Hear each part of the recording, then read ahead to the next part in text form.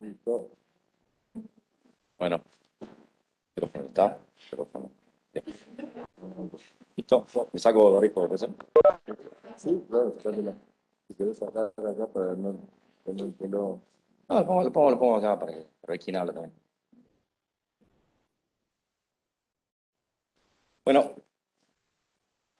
buen día a todos, a todas. Buen día acá también. ¿Cómo les va? Bueno, la idea de hoy, ¿se escucha bien allá? Bien, perfecto. La idea de hoy es hablar un poco de... Acá acaba de... Nada. Vamos a hablar un poco sobre litiasis y trastorno bésico prostático. En realidad, urología es un capítulo enorme esto. La realidad que por una cuestión simplemente de achicar los tiempos y también darles a ustedes lo más prevalente respecto a tiempo de este núcleo. Vamos a hablar principalmente sobre litiasis que están en el riñón y el uréter, no vejiga, porque la verdad que es otro capítulo distinto. Vamos a hablar sobre la mal llamada hipoplasia prostática benigna. En alguno de las comisiones hemos hablado un poco por qué mal llamada, pero después vamos a ahondar sobre el tema y después también sobre incontinencia de orina, principalmente en la mujer, ya que prostático vamos a ver este crecimiento prostático, incontinencia de orina en la vejiga y litiasis ureteral y renal. No más que eso, porque la realidad es que sería abismal el capítulo ocupar todos los trastornos bésicos prostáticos. Entonces, para empezar con lo primero, como decía mi mamá, el tema es hablar sobre la litiasis renal. En Argentina habitualmente se considera que el 1 al 3% de las personas han tenido síntomas por una litiasis renal, y si llegáramos a, digamos, agrupar además todas las personas que han sido asintomáticas, se llegaría más o menos a una prevalencia del 12% de la población. Tengan en cuenta que, perdón, disculpen, vamos a sacar esto de acá, así las personas de acá pueden ver dónde lo pongo. Ahí va. Tengan en cuenta también Profe, que... no estamos viendo el Power No, acá, ¿eh? sí, Estamos no se ve viendo tanto. la sesión de Webex. No está la pestaña puesta del Power. Bueno. Detalle no menor. Acá,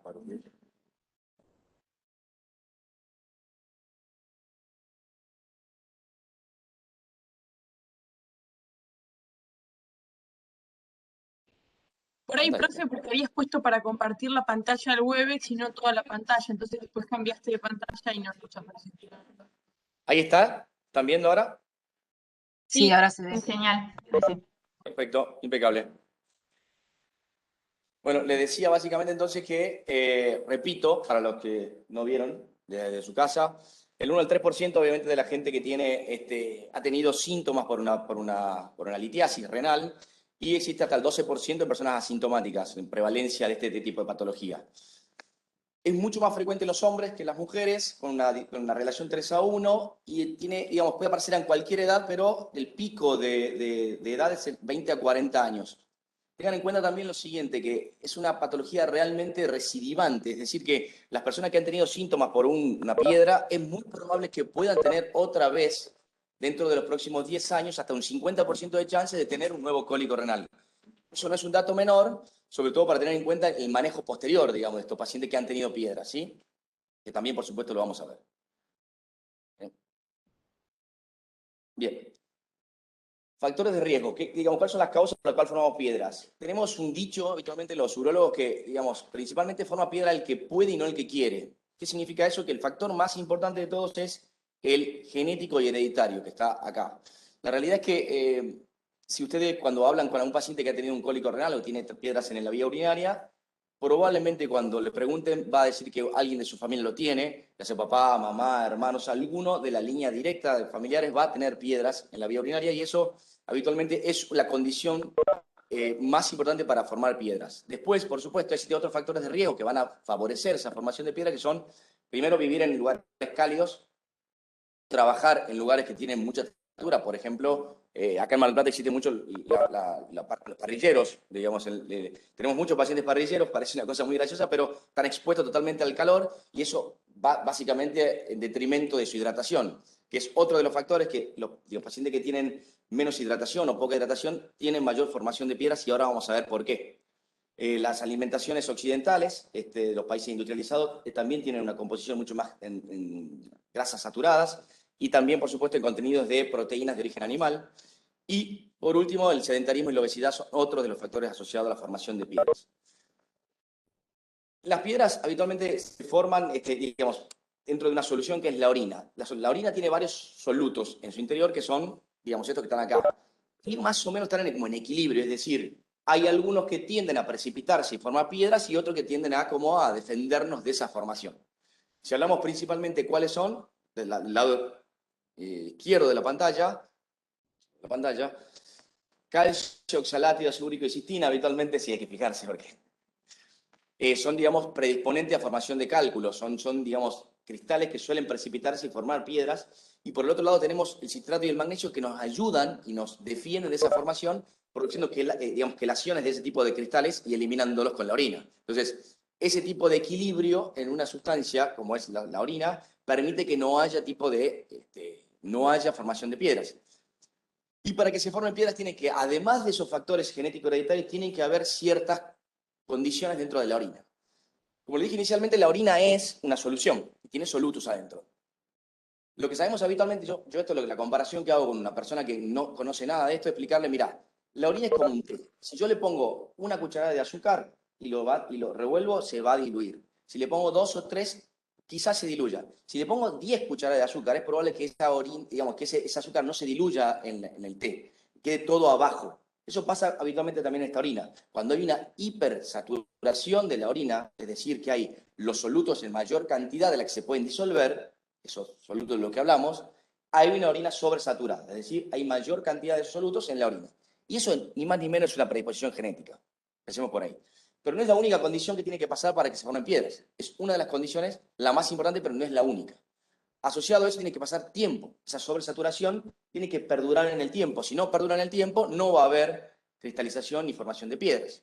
Tiene que haber además variación en el pH urinario, ya sea por infecciones. Las infecciones producen alcalinización de la vía urinaria, o por ejemplo aumento de la cantidad de ácido úrico en la orina, lo que hace es acidificarla. Esas alteraciones del pH urinario también tienen que estar presentes. Por supuesto, si disminuimos el volumen de orina, por poca ingesta líquida, por alguna condición, condición patológica, eso hace también que haya menos solución, entonces el soluto va a estar más sobresaturado. Y por último, si además existe disminución del citrato y magnesio que hablábamos inicialmente, que eran como defensores, todas esas condiciones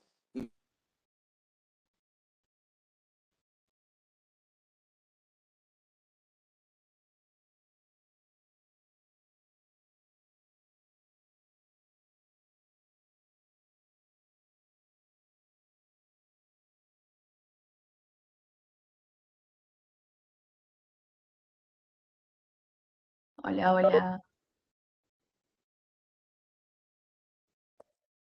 ¿Se me cortó el audio a mí o se cortó el audio? No, no, murió. No, Murió, se murió. cortó. A todos, a todos.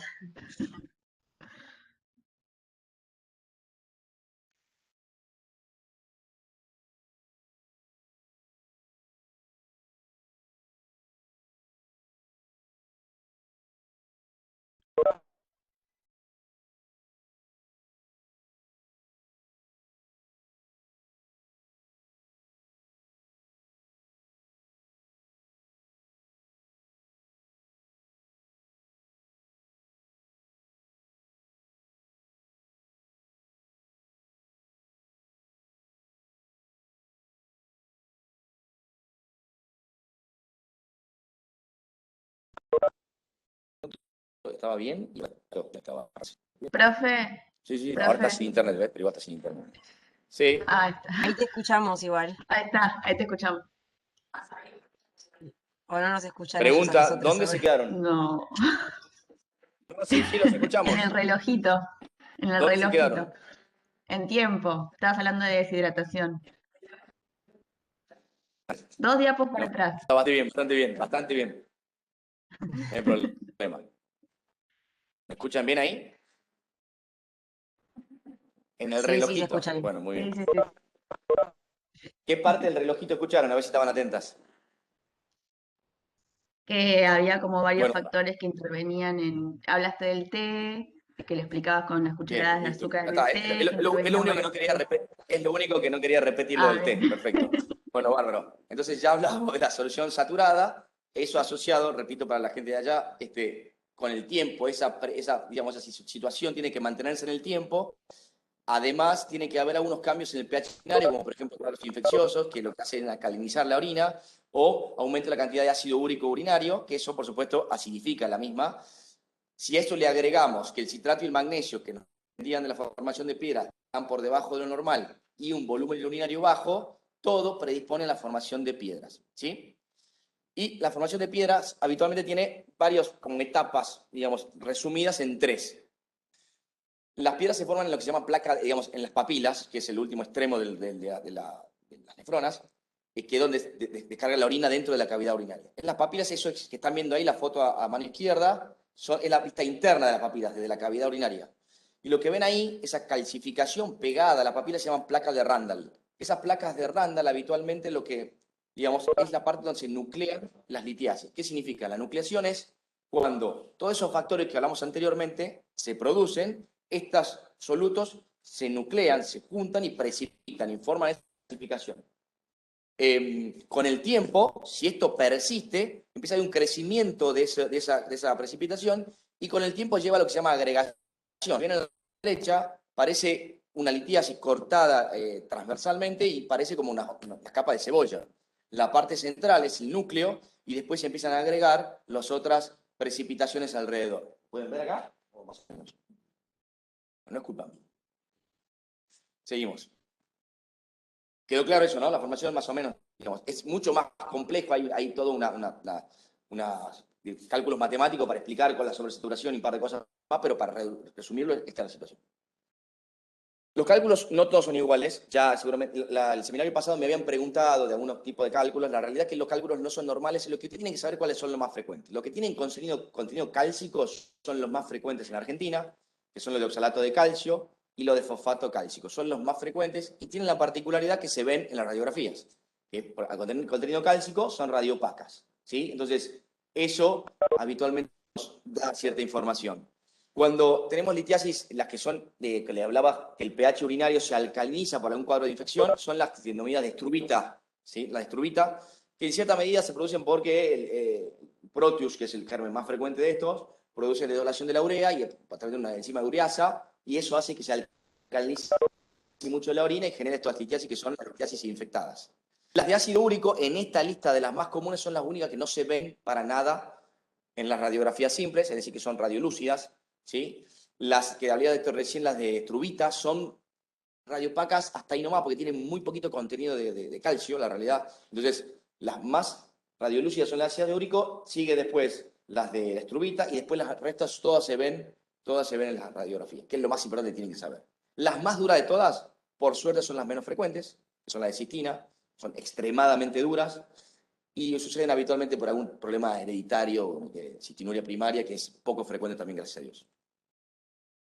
Bien, basta de hablar de piedras, vamos a hablar de cómo se presentan. La realidad es que las piedras, las litiasis, se presentan de dos maneras: sintomáticas o por hallazgo incidental en algún otro estudio que haya pedido por otro síntoma, ya sea una ecografía abdominal, ya sea una radiografía por un cuadro abdominal de vuelta, ya sea una radiografía a veces por columna que se pide y se ve el riñón, resonancias magnéticas que de la nada se piden por otro motivo y también se ven, ¿no? Se me cayó la billetera, hay mucha gente acá, me va a robar. Entonces, básicamente esas es las dos extremos de presentación: los pacientes sintomáticos, que probablemente sea lo que ustedes más vean inicialmente.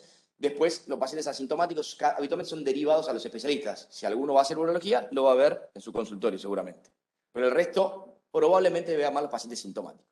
Y los sintomáticos, ya lo vimos en el seminario de urgencias, voy a atreverme a repetirlo porque me parece interesante, es el cólico renal. El cólico renal siempre es un cuadro obstructivo que aumenta la presión en la vía urinaria. Ese cuadro que aumenta la presión urinaria distiende la cápsula renal y da un dolor muy intenso. En este caso, producido principalmente por cálculos. Tipo de dolor, ¿se acuerdan? No vale que todos vieron acá, por supuesto, todos están mirando, pero bueno, la idea es ver si alguien se acuerda acá cómo era. ¿Alguien se acuerda en casa cómo era el dolor? ¿El cólico?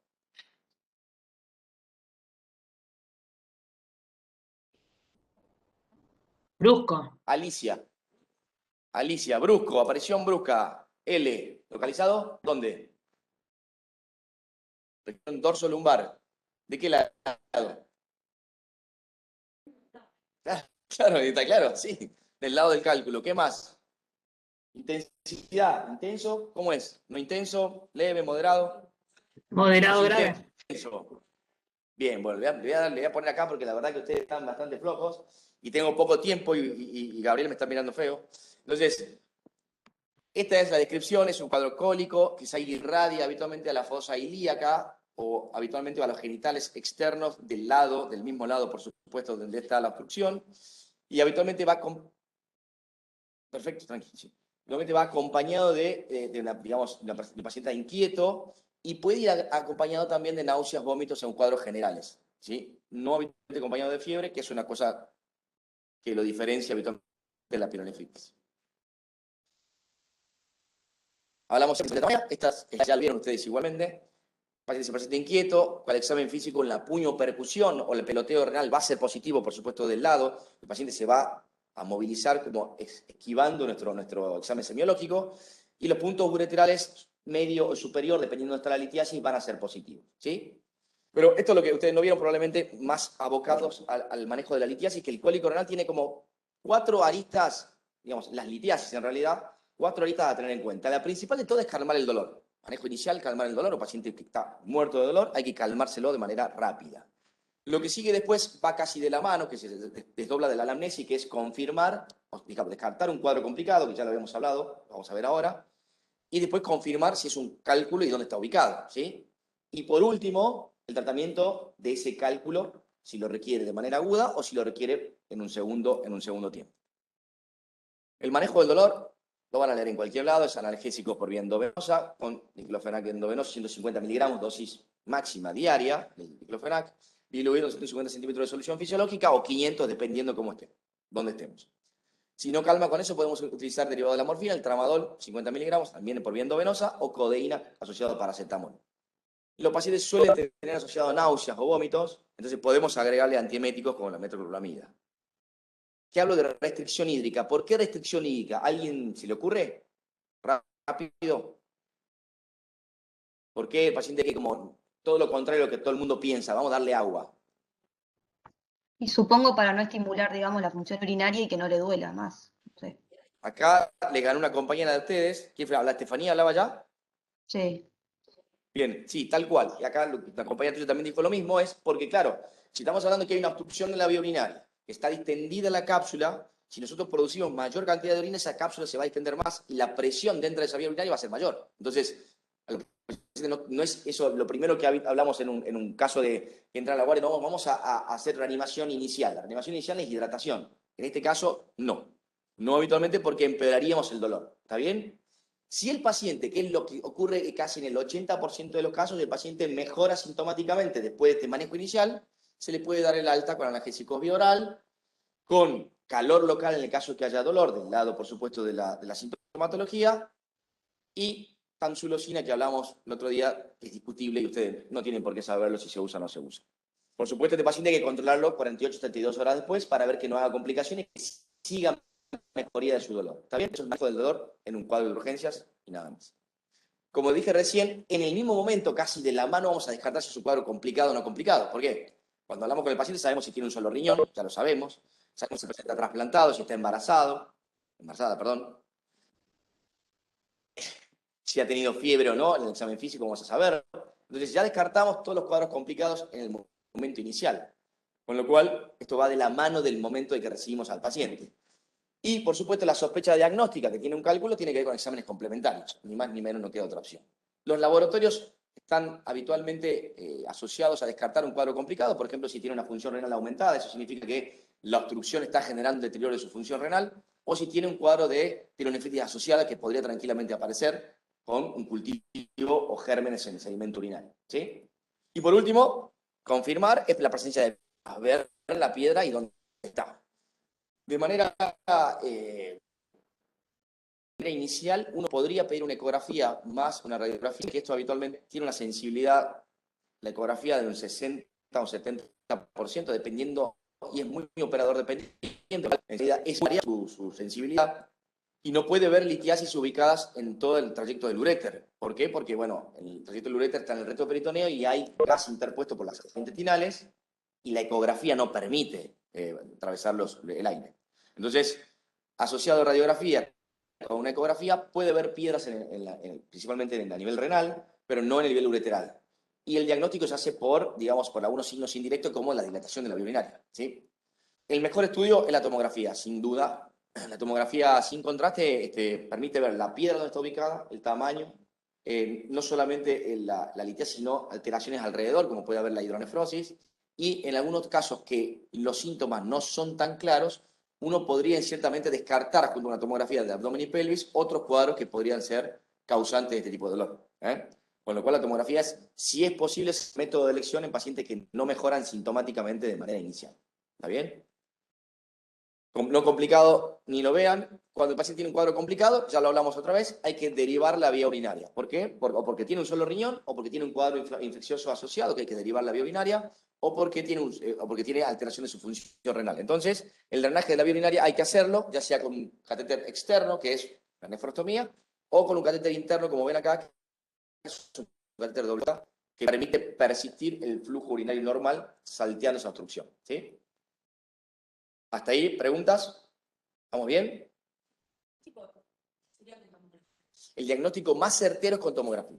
El diagnóstico más certero con tomografía. El diagnóstico de cólico renal es clínico. Vuelvo a eso, importante siempre. Digamos, para confirmar la presencia digamos, cuál es la causa del cólico renal. El cólico renal, acuérdense que es una obstrucción, digamos. Estamos hablando de piedras hoy por hoy, pero el cólico renal es un cuadro obstructivo. Podría ser tranquilamente por un coágulo, podría tranquilamente ser por un tumor de órganos adyacentes que compriman la vía urinaria. Entonces, es imagenológico, pero el diagnóstico del cuadro de cólico es clínico. ¿Sí? ¿Está bien? Entonces, para confirmar que es una piedra causante, tenemos que poner un cuidado. ¿Otra pregunta alguna? ¿Allá en casa? Sí, entonces. Romina García abandonó la reunión, ¿sí? Vamos. Entonces, el manejo efectivo, ¿qué hace el paciente? ¿Qué el paciente siempre posible? Se va a su casa con tomate, tenemos una imagen después y tenemos una piedra. El paciente está asintomático o oligosintomático, es decir, muy posible. Profe, se escucha medio mal, me parece.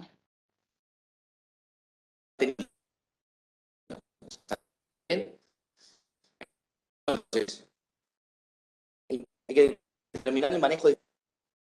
Profe, Bien, profe, profe.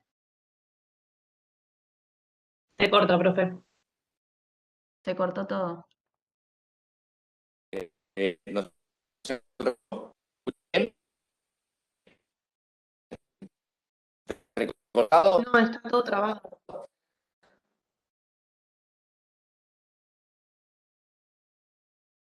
si no me dice. ¿Sí? ¿Qué pasa?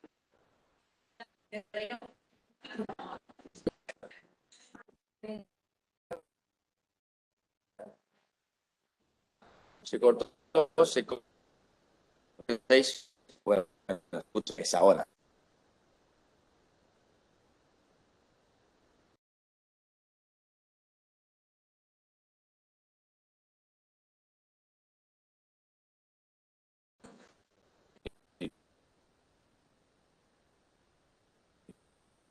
Conectada, segura.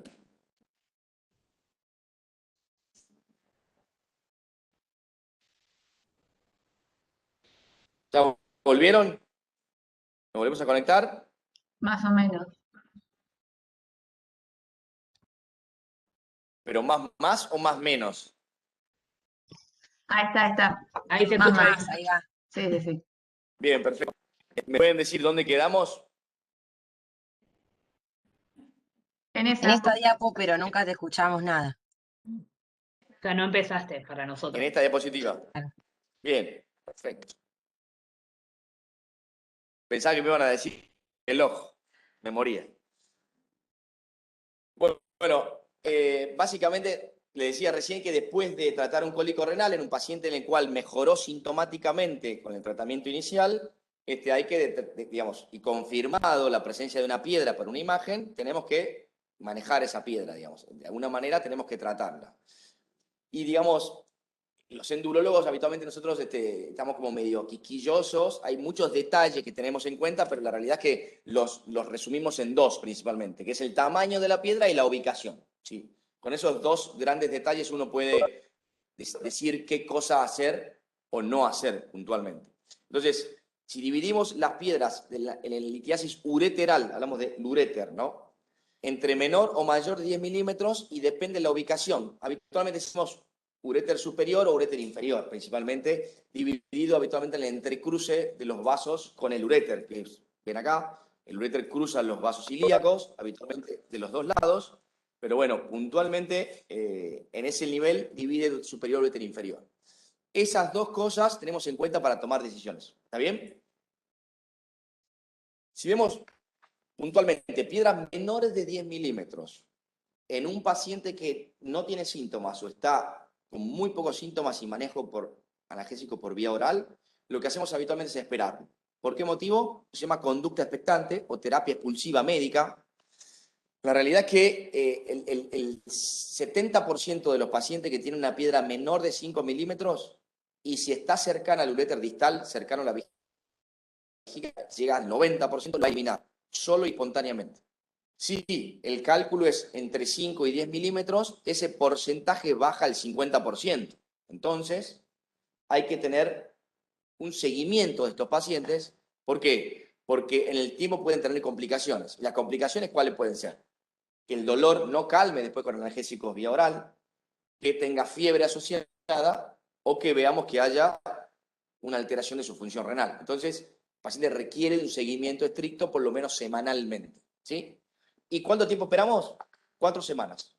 No más que eso porque, si bien digamos, es variable y es discutible, 4 semanas es un punto de corte en el cual dice, bueno, a partir de esa semana, el tiempo, si sigue obstruido el riñón, va a empezar a tener detrimento de su función y a tener alteraciones en las nefronas. Entonces, uno dice, si hay una litiasis en la vía urinaria superior y el uréter puntualmente, más de 4 semanas y persiste, hay que sacarla.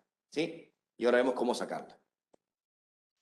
Repito entonces, ¿qué pasa? Si tenemos una piedra mayor de 10 milímetros de inicio en el uréter, o como dije anteriormente, persiste más de 4 semanas en una conducta expectante inicialmente, o presenta una complicación asociada, ya sea en el seguimiento o de inicio, que requirió una derivación urinaria, sea un doble J o una nefrotomía, hay que hacer algo con esa piedra de manera inicial. O sea, de manera inicial, no esperamos esos pacientes. Cuando diagnosticamos estas situaciones, entramos a quirófano o no, dependiendo de lo que les voy a mostrar ahora. ¿Qué cosas hay que hacer? Dos principales procedimientos habitualmente en litiasis ureterales que se encuentran en estas condiciones. Y son litotripsia corpórea con ondas de choque o ureteroscopía. Una es totalmente no invasiva y la otra es con cierta invasión. ¿Sí? Es endourológica la invasión, es decir, que a través de un orificio natural, como es la uretra, entramos hasta el riñón. Vamos a ver algunos detalles de cada uno para que la conozcan, porque probablemente algunos conocen, algunos no, y la realidad es que estaría bueno que lo sepan. ¿Alguien acá ha escuchado alguna vez de esto? Acá nadie, buenísimo. ¿Allá? ¿Alguien ha escuchado? Sí, sí, lo usamos también en kinesiología para romper algunas calcificaciones en tendones o algunas lesiones de ese tipo también en músculos. Se usa en kinesiología, se usa también en disfunción sexual eréctil para el pene, se usa en varias cosas, las ondas extracorpóreas. Pero bueno, puntualmente, inicialmente se crearon para este tipo de cosas, para formación de piedras, alrededor de la década del 80. Para hacerlo sencillo, habitualmente, digamos, el paciente se coloca en esta camilla entre estas dos bochas, puede ser dos o puede ser una, y tiene, digamos, un foco, se coloca, digamos, un foco mediante el equipo de radioscopía. Uno puede, si son radiopacas, sobre todo las piedras, puede centrarla y apuntarle las ondas de choque. Las ondas de choque pueden ser distintas, electromagnéticas, electrohidráulicas, piezoeléctricas, hay diferentes tipos de energías. Las electromagnéticas son las más frecuentes, pero lo que hace puntualmente es, a través de estas ondas de choque, que requieren un medio líquido para poder llegar, digamos, estas bochas que ustedes ven acá tienen líquido, se llenan de líquido, se ponen en contacto con la piel del paciente, y como el riñón se supone que tiene líquido adentro, tiene orina, a través de ese medio líquido llega la sonda de choque al foco donde nosotros le ponemos. lo que puntualmente hace esta sonda de choque de repetición es fragmentar las piedras. Fragmentarlas y, lamentablemente, requieren sí o sí de que el paciente pueda eliminarlas. O sea que nosotros lo que hacemos es fragmentarlas y el flujo urinario fisiológico del paciente tiene que eliminar esos fragmentos. Este aquí, que la complicación más frecuente de estos pacientes es el cólico renal. ¿Por qué? Porque exactamente una de las piedras o un fragmento es muy grande, cuando cae por la vía urinaria genera un dolor y eso se transmite en un cólico. ¿Está bien? ¿En qué pacientes no pueden hacer litotripsia corpórea? De ninguna manera.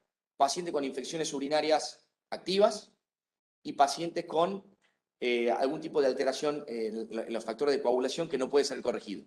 Esas dos cosas son contraindicaciones Profe, absolutas. ¿Sí? ahí entonces, o sea, una vez que la rompes, en el caso de que sean, ponele, cálcicas, que se ven en radiografía, vos haces como un Sí. seguimiento con imágenes y corroborás que Bien. se... Durante el procedimiento, Belén, ¿cierto?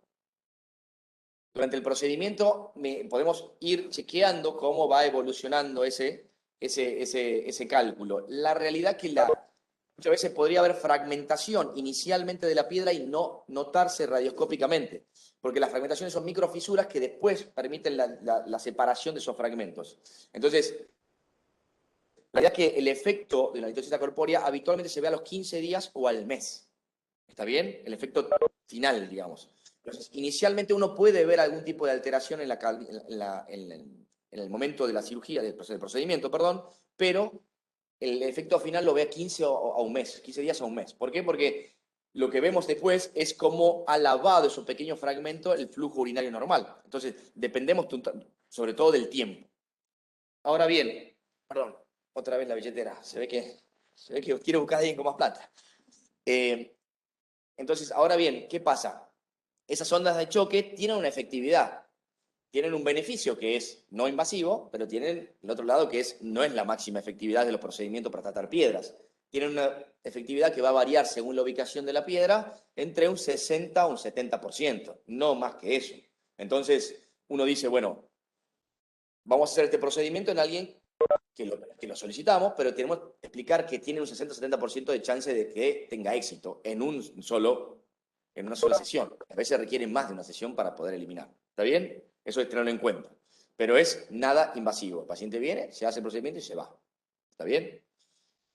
Siguiendo con otro tipo de procedimiento que es un poco más invasivo, la realidad es que estos procedimientos habitualmente son las ureteroscopías, sea semirrígida o flexible. Básicamente lo que hacen es, a través de un orificio natural, entrar sobre la uretra, vejiga y uréter y llegar a donde está el cálculo, fragmentarlo y extraer los fragmentos. ¿Sí? Es casi lo mismo que la litotripsia corpórea, nada más que lo hacemos con la visión directa. Estamos viendo la litiasis y fragmentándola. Y extraemos los fragmentos. Ahí te muestro el videito rápido, si no estás todo el tiempo. La idea es entrar por ahí, ponemos contraste habitualmente en la vía urinaria. El contraste en la urinaria nos permite para hacer radiografía y ver la piedra, si en el caso que esté en el riñón. Después acceder, colocar una guía y acceder con ven la radioscopía, es una cirugía real, la que está del lado izquierdo, del lado derecho de la pantalla, perdón, y eso es el cálculo se ve acá, radio opaco, y este es el aparato flexible. Y acá está viendo el video, que es una animación, por supuesto, cómo el aparato flexible se pone frente a la piedra y lo fragmenta. La realidad es que la energía para fragmentar, eso no hace falta que ustedes lo sepan, pero se utilizan diferentes tipos de energía. La energía más utilizada hoy en el mundo es el láser Holmium, que es el más frecuente de todos. Eso permite romper las piedras muy, muy rápidamente, la verdad que es muy efectivo. Y uno con elementos como eso que están viendo en el video, que son canastillas, o grasper que se llaman, permite sacar los fragmentos que van quedando, ¿sí? Eso, la realidad es que hoy por hoy el aparato flexible le da esa posibilidad de llegar hasta el riñón, a veces sin problemas y sin muchos daños. Los aparatos semirrígidos tienen otra particularidad, que no pueden acceder a todas las cavidades del riñón, solamente hasta la unión piel-ureteral, por una cuestión básicamente mecánica y física, no pueden doblar sobre el uréter. Pero la verdad que digamos, el concepto es el mismo, es entrar, buscar la piedra, fragmentarla y extraer todos los cálculos, ¿sí? Como verán, hablamos de un procedimiento que es totalmente no invasivo, a lo que es mínimamente invasivo, pero no requiere, digamos, no quita que tenga complicaciones, digamos. Con lo cual, siempre, si es posible, empezar por lo no invasivo y después con lo que sigue. Va a haber situaciones en las que tengamos que hacer directamente esto y no lo otro. Y eso tiene que ver básicamente con el especialista, indicaciones del especialista. Pero bueno, puntualmente, a ver, si yo tengo un paciente que ya tiene puesto un doble J porque ha requerido una derivación, porque tenía un cuadro complicado inicialmente, hacemos una ureteroscopía y no la enteroscopia corpórea, de manera inicial. ¿Está bien? Eso son consideraciones a tener en cuenta que discutimos finamente, pero bueno, conozcan los procedimientos suficientes.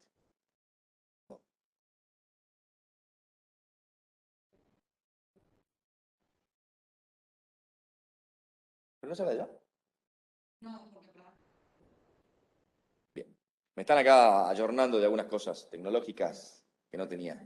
Bueno, esto puntualmente ustedes, digamos, cuando hay litiasis que están ubicadas en el uréter, sobre todo en el riñón, que tiene mayor de 20 milímetros, que es lo menos frecuente habitualmente, requiere procedimientos que son un poco más invasivos. Y si van a esto, ya no es por vía natural, sino hay que hacer una incisión a través de la piel. Esto se llama cirugía nefrolitotriciada o cirugía renal percutánea.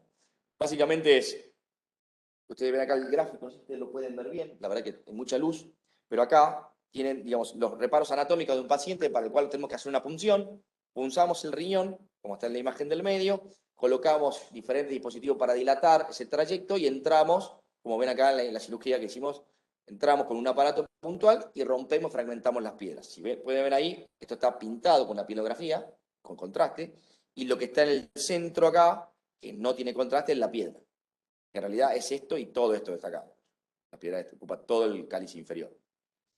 Exactamente el concepto es el mismo. Lo único que difiere es la invasión y el lugar por donde entramos. Estamos hablando de un procedimiento inicial de inteligencia corpórea que no requiere ningún tipo de invasión, una ureteroscopía, orificio natural, cirugía renal percutánea, un orificio a través de la piel con dilatación directamente del parénquima. No nos olvidemos que el riñón es un órgano extremadamente vascularizado, con lo cual la complicación del sangrado es mucho más frecuente en este tipo de procedimientos. ¿Está bien? Pero para que lo tengan en cuenta, en litiasis muy grandes, riñón, se hace este tipo de procedimientos invasivos. Una vez que tratamos las piedras, el paciente sacamos toda la piedra, el paciente está perfecto, no tiene más piedras, lo que inicialmente tiene mucho peso. Los pacientes van a tener un cuadro nuevo si no hacemos nada dentro de 5 o 10 años de una nueva formación de piedras y puede ser que sea sintomática. Entonces, lo más importante es, empieza acá, tratar la causa de esa formación de piedra, porque las piedras son consecuencias de una causa que está subyacente. Entonces hay que buscar esa causa. La causa es básicamente factores de riesgos y determinar cuál es la alteración metabólica que produce que estos pacientes formen piedras, ya sea que tienen poco citrato en la orina, como habíamos hablado, que tienen mucho calcio en la orina, producto de la dieta o producto principalmente de una alteración renal, producto de un hiperparatiroidismo. Hay infinidad de causas que no vienen acá porque es imposible de que ustedes lo puedan saber, porque inclusive nosotros que hacemos urología, cada tanto decimos la hipercalciuria primaria, sí, a ver, vamos a ver, cada tanto nos lleva a revisar cada tanto la formación de piedras. Entonces, lo más importante que ustedes se lleven a casa es que cuando ustedes tengan a una persona que a ustedes les va a preguntar, porque son estudiantes de medicina y en poco van a ser médicos, sí, mirá, me operaron de un cálculo, ¿sabés si tengo que hacer algo? Sí, tenés que ir al urólogo y al nefrólogo para justamente determinar cuál es la causa que forma piedra y tratarla o corregirla. ¿Sí? Ese es el mensaje final de esto. Me preguntan acá cuál es la mentira del agua. Imagino que te referís al agua dura. Sí, está claramente, ampliamente mostrado que no tiene nada que ver, digamos. El agua dura, Mar del Plata tiene mucha agua dura, digamos, es una agua muy dura. No es un factor determinante para formación de piedras. Se han hecho estudios, digamos, de diferentes, digamos, poblaciones y la realidad es que no hay, digamos, que tienen diferentes tipos de calidad de agua y la realidad es que no. Inclusive pacientes que pueden tomar agua mineral toda su vida pueden hacer cálculos porque ya tienen subyacente esa predisposición genética. ¿Sí?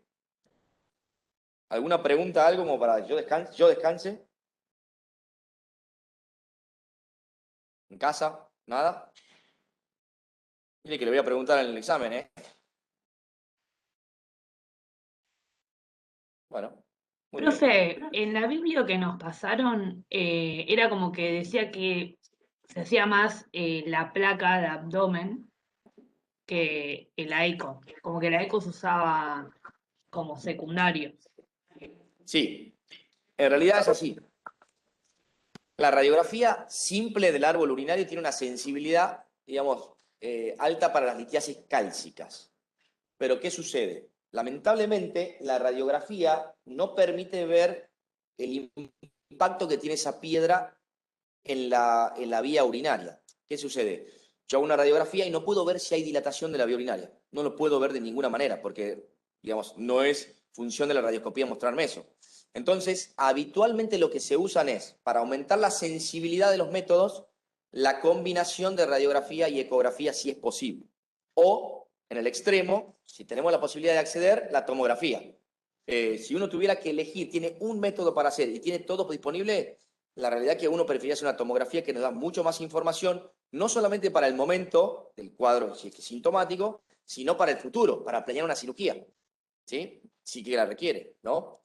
Entonces, se habla habitualmente de la urología que en el cuadro de urgencia, si tenemos radiografía y ecografía, hacer las dos está muy bien, pero si tenemos una tomografía para decidir conductas es mucho más útil, digamos. Antes se usaba el urograma excretor. La realidad es que también en la bibliografía que pasamos está descrito el urograma excretor. La idea es que ustedes se lleven, digamos, lo más importante de lo que decimos nosotros de lo que está escrito, porque si no, leer todo eso, por suerte van a tener los videos, esto creo que están grabados los videos entonces, en cierta medida, bueno, cualquier cosa, si yo le pregunto algo, si le preguntamos algo y tienen el video, o sea, con el video no hay forma de discutir. Y yo dije, no, mirá, me más importante la tomografía, y ustedes responden lo más importante de la tomografía, y le dicen que no, bueno, el video dice que sí, punto. Entonces, la idea es que ustedes también tengan la posibilidad de tener la bibliografía, lo que están leyendo, y además de lo que decimos, recatar lo más importante. Si no, es extremadamente grande la bibliografía para leer todo, ¿verdad? Yo les digo, los compadezco. Pero bueno, sigo entonces. La pregunta acá es ¿cuánto trabaja? Es pregunta dañina, realmente. Yo diría, la pregunta es, voy a hacer la pregunta textual como me la hiciste. La pregunta es, ¿cuánto trabajan ustedes y cuánto trabaja el nefrólogo? No, claro. El tratamiento de la litiasis,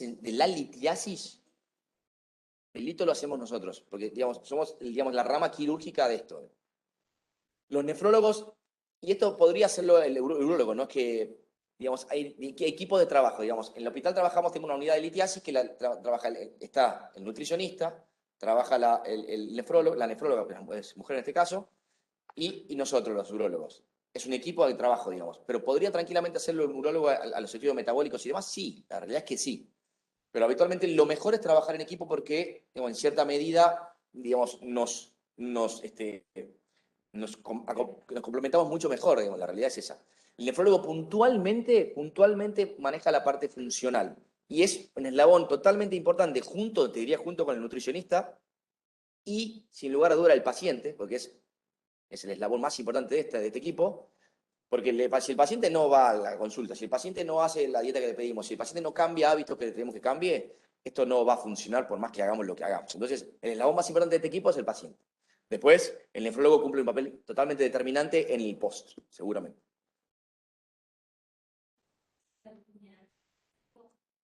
Sí.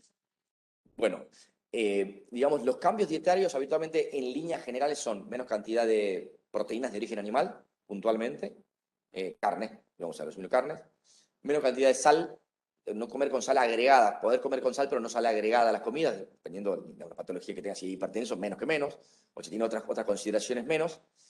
Y puntualmente, la gran mayoría de los pacientes que tienen algún tipo de alteración, tienen alteración en el citrato o en el calcio, es la más frecuente.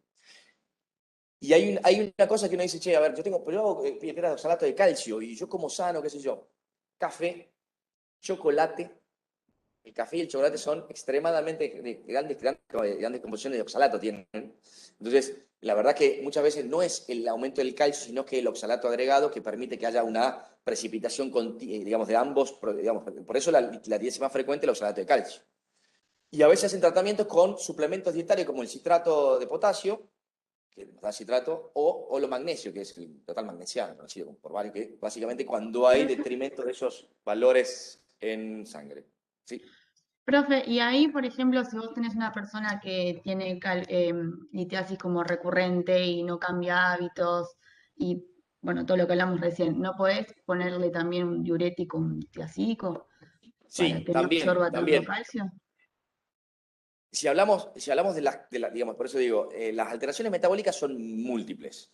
No solamente son alteraciones metabólicas, sino a veces cuando se hace un estudio metabólico, les resumo esto, es básicamente hacer orina de 24 horas en varios días. En algunos centros se hace con inicialmente normal, un día después hacen tanto tiempo de dieta sin calcio y le vuelven a hacer el estudio de orina, y después probablemente otro con ingesta cálcica para determinar cuáles son las variables que presentan en la orina de 24 horas.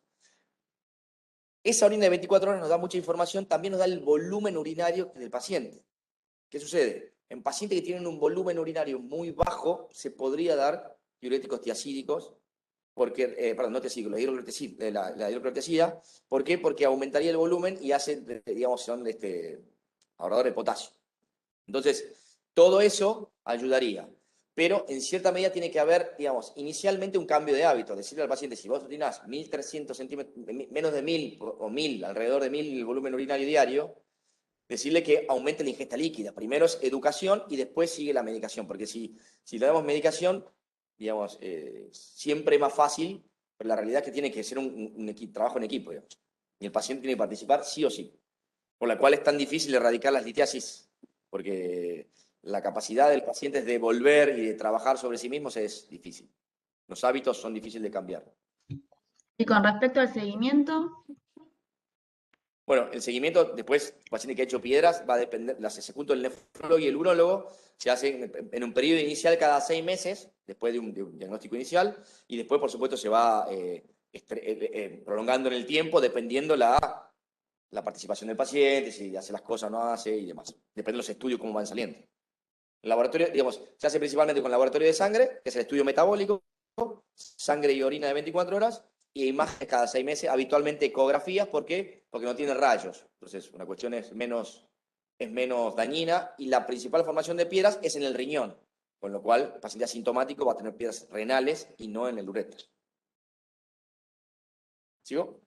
Sigo porque si no me van a liquidar. Bueno, sigo. Oh, tema divino este. Vamos a hablar sobre la próstata. Principalmente, le dije que no vamos a hablar más que de crecimiento prostático.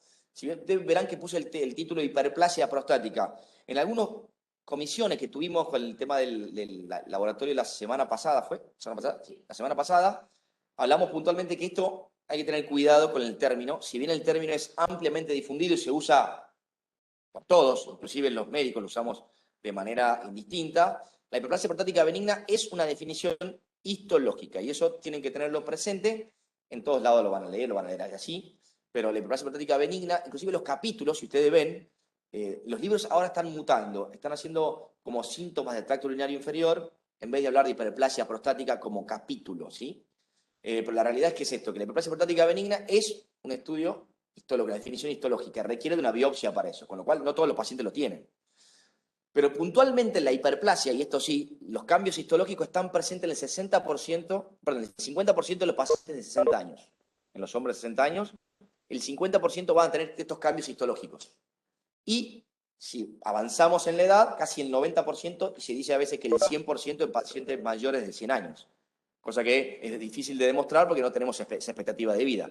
Pero bueno, uno pensaría que a lo largo del tiempo casi todos desarrollaríamos este tipo de alteración histológica en la próstata. De estos pacientes que tienen esta alteración, el 50% solamente tiene lo que se llama crecimiento prostático, que es lo que habitualmente hablamos. Este es el crecimiento prostático benigno. Y de estos solamente el 25% van a desarrollar síntomas. Si ven, el porcentaje se empieza a disminuir. Si bien en el total de hombres en el mundo es mucho, igualmente es muy prevalente la frecuencia de estos síntomas. Y estos síntomas, que se llaman síntomas del tracto urinario inferior, siglas en español y siglas en inglés, porque la van a encontrar de las dos maneras, son la causa que los llevan a los pacientes a la consulta muchas veces, y la realidad es que tienen un alto detrimento de la calidad de vida. En el tiempo afectan la calidad de vida y son los síntomas habitualmente que nosotros nos encontramos en la consulta. Y digo los síntomas del tracto urinario inferior es como el foco y el centro en lo que tenemos que nosotros abordarnos, porque básicamente es así, es la causa por la que vienen. Yo dolor vengo, los pacientes vengo porque vengo orino mal. Y uno dice, no, la próstata. Pero si ustedes ven acá, este cuadro, que no sé si acá lo pueden ver bien, Por ahí no se ve bien. ¿Está mal el foco o soy yo?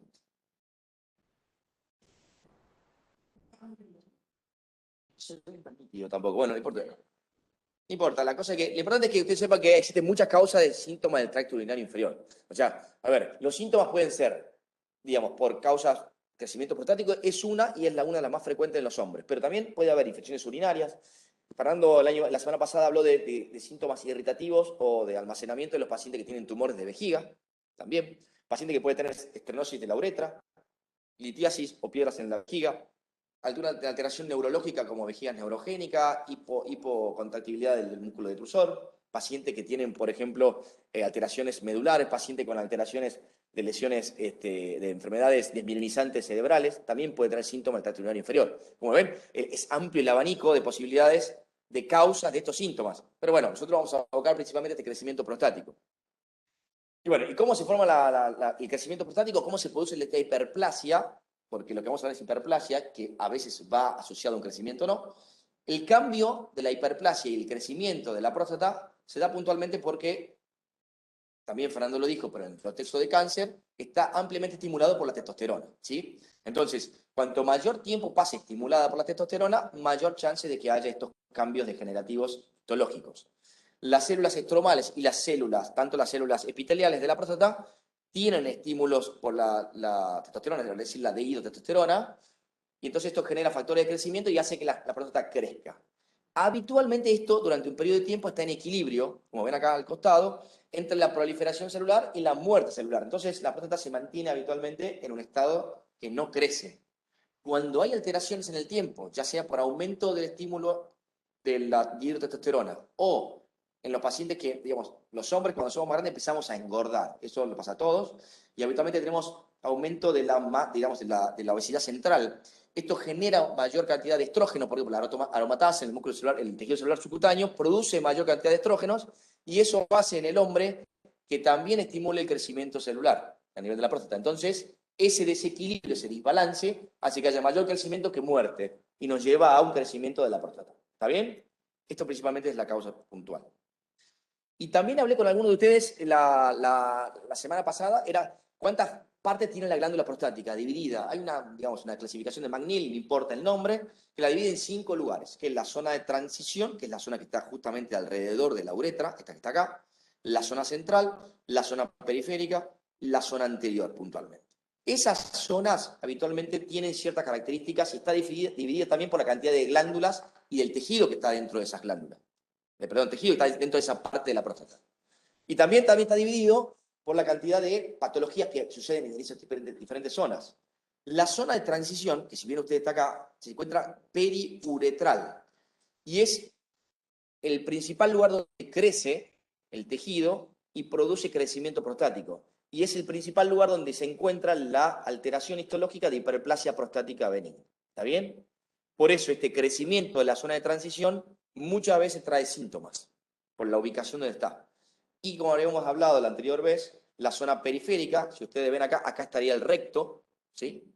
La zona periférica es la que tactamos y es el lugar donde habitualmente alojan la mayor cantidad de los adenocarcinomas o tumores malignos de próstata, ¿sí? Esto para que lo tengan presente. Entonces, tenemos esta próstata crecida de tamaño y ¿cuál es el mecanismo que producen los síntomas? Los síntomas se producen principalmente por una obstrucción mecánica. Creció esa zona de transición alrededor de la uretra, lo comprimió y genera una obstrucción mecánica.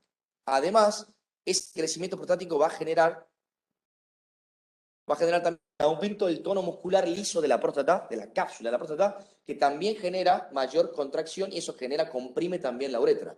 Esos síntomas obstructivos que se llaman, son producto de estas dos cosas, mecánico y además aumento del tono muscular.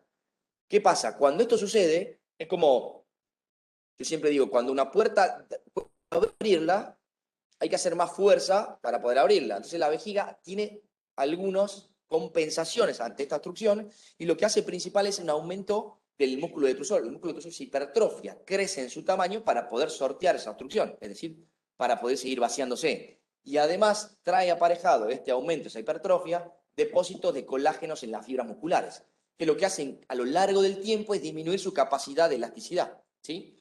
En un principio este sistema compensatorio de la vejiga va a funcionar, va a permitir vaciar la vejiga y los pacientes pueden tener pocos síntomas. Pero con el tiempo empieza a afectar su calidad de vida, empieza a afectar la elasticidad de la vejiga no se vacía del todo y muchas veces, a lo largo de mucho tiempo, puede afectar la función renal a largo plazo. ¿Sí? ¿Está bien? Entonces, este es el sistema compensatorio de la vejiga, estas son las causas por las cuales tenemos síntomas.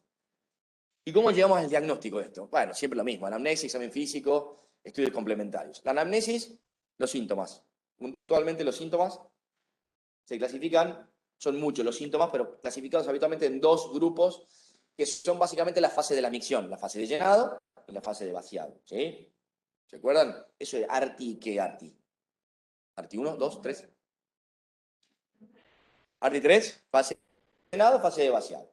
Los síntomas que aparecen, por eso justamente estos nombres irritativos y obstructivos se han dejado de usar y ahora se llaman de almacenamiento o de vaciado, o de llenado o de vaciado, ¿sí? Por la fase en la cual aparecen. ¿Está bien? En la fase de llenado o de almacenamiento, cuando la vejiga empieza a tener dificultad para poder extenderse, empieza a aparecer lo que se llama poliaquiuria. El paciente empieza a orinar mucho más seguido y mucho más frecuente en el tiempo.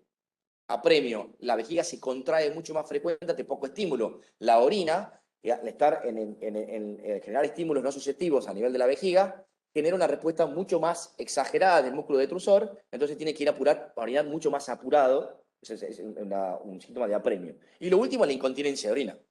¿Por qué? Producto de, básicamente, que el paciente no puede retener esa cantidad de orina que tiene, y muchas veces es la incontinencia que se llama, mal llamada de rebosamiento, cuando los pacientes tienen una retención crónica de orina, la orina sigue llegando y no puede retenerse más, y empieza como a perder. ¿Sí? Es como una copa, digo yo, siempre copa llena, pero le sigue poniendo agua, rebalsa. ¿Sí? ¿Está bien? Esos son los síntomas más habituales en la fase de almacenamiento o de llenado. Y en la fase de vaciado, bueno, los más llamados obstructivos, el chorro va a ser mucho más débil, el vaciado es incompleto, sensación de querer seguir orinando y no poder, y por supuesto después de orinar quedarse ahí goteando. Digamos, los comentarios son muy graciosos. La mujer viene y dice, doctor, lo traigo toda la noche, voy al baño y está todo el piso orinado. Claro, el chorro es tan débil que orina y no llega al inodoro y se moja ahí. O inclusive, cada vez que sale del baño, el marido sale y vuelve a entrar. Eso es, digamos, esa sensación de tener orina todavía residual y volver a tener orinar. Todas esas cosas son los síntomas que se producen en la fase de vaciado. Con lo cual, esos son los síntomas más frecuentes. Le he dicho cuestionarios. Y nosotros utilizamos los cuestionarios estos son básicamente y elementalmente son autoadministrados. Hola, sí, tome, llévese esto y tráigamelos. Básicamente definen la forma en la que orina de manera objetiva del paciente, perdón, subjetiva del paciente, y muchas veces nos permite a nosotros ordenarnos. Bueno, más o menos. Son 7 preguntas. ¿Sí? Perdón, ¿te paso una consulta? No, pero sí, dale. Desde cuando empiezan los mecanismos compensadores o compensatorios hasta que aparecen los síntomas, ¿cuánto pasa más o menos? Eso es es muy variable. Los síntomas siempre aparecen. Lo que sucede es que, digamos, el humano, el ser humano es un ser de adaptación. Empezamos a adaptar. Es como, es común y frecuentemente encontrar que cuando uno habla con un paciente que viene ya con síntomas que le afectan la calidad de vida, empieza a investigar hacia atrás y probablemente esto pasó 3 años que el paciente ha empezado a progresar lentamente. La realidad es que los síntomas están de inicio. Son cambios a veces tan, digamos, adaptables, es decir, bueno, orino más seguido, voy al baño más seguido, mientras no tenga que, digamos, orinar cada 20 minutos. De noche se empieza a levantar una vez, 2 veces, pero sigue durmiendo, no le afecta la calidad de vida. Todo ese tipo de cosas, si uno lo pregunta, probablemente va a ver que hace tiempo que están. Y el mecanismo compensatorio va a depender también de la edad en la que se dé, porque, digamos, no es lo mismo un paciente que 50 años, que es atleta, que tiene una pared abdominal mucho más dura o trabajada, que un paciente, digamos, que es obeso, porque probablemente el mecanismo compensatorio también tiene que ver con los músculos abdominales. El vaciado también puede haber ayudado por Valsalva, y eso genera también compresión de la vejiga y vaciar mejor la vejiga.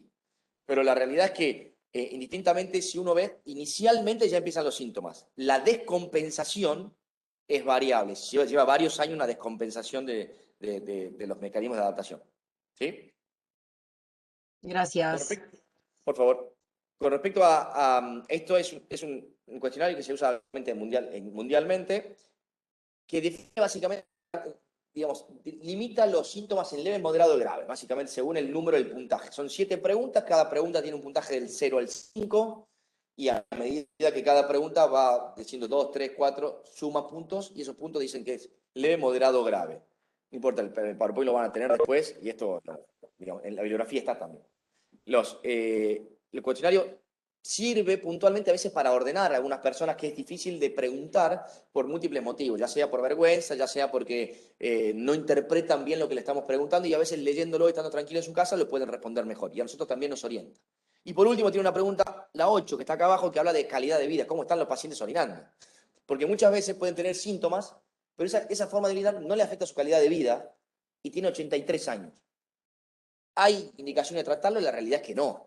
Digamos, porque ese factor que afecta su calidad de vida es un factor determinante a la hora de tomar decisiones terapéuticas. ¿Está bien? Es importante eso.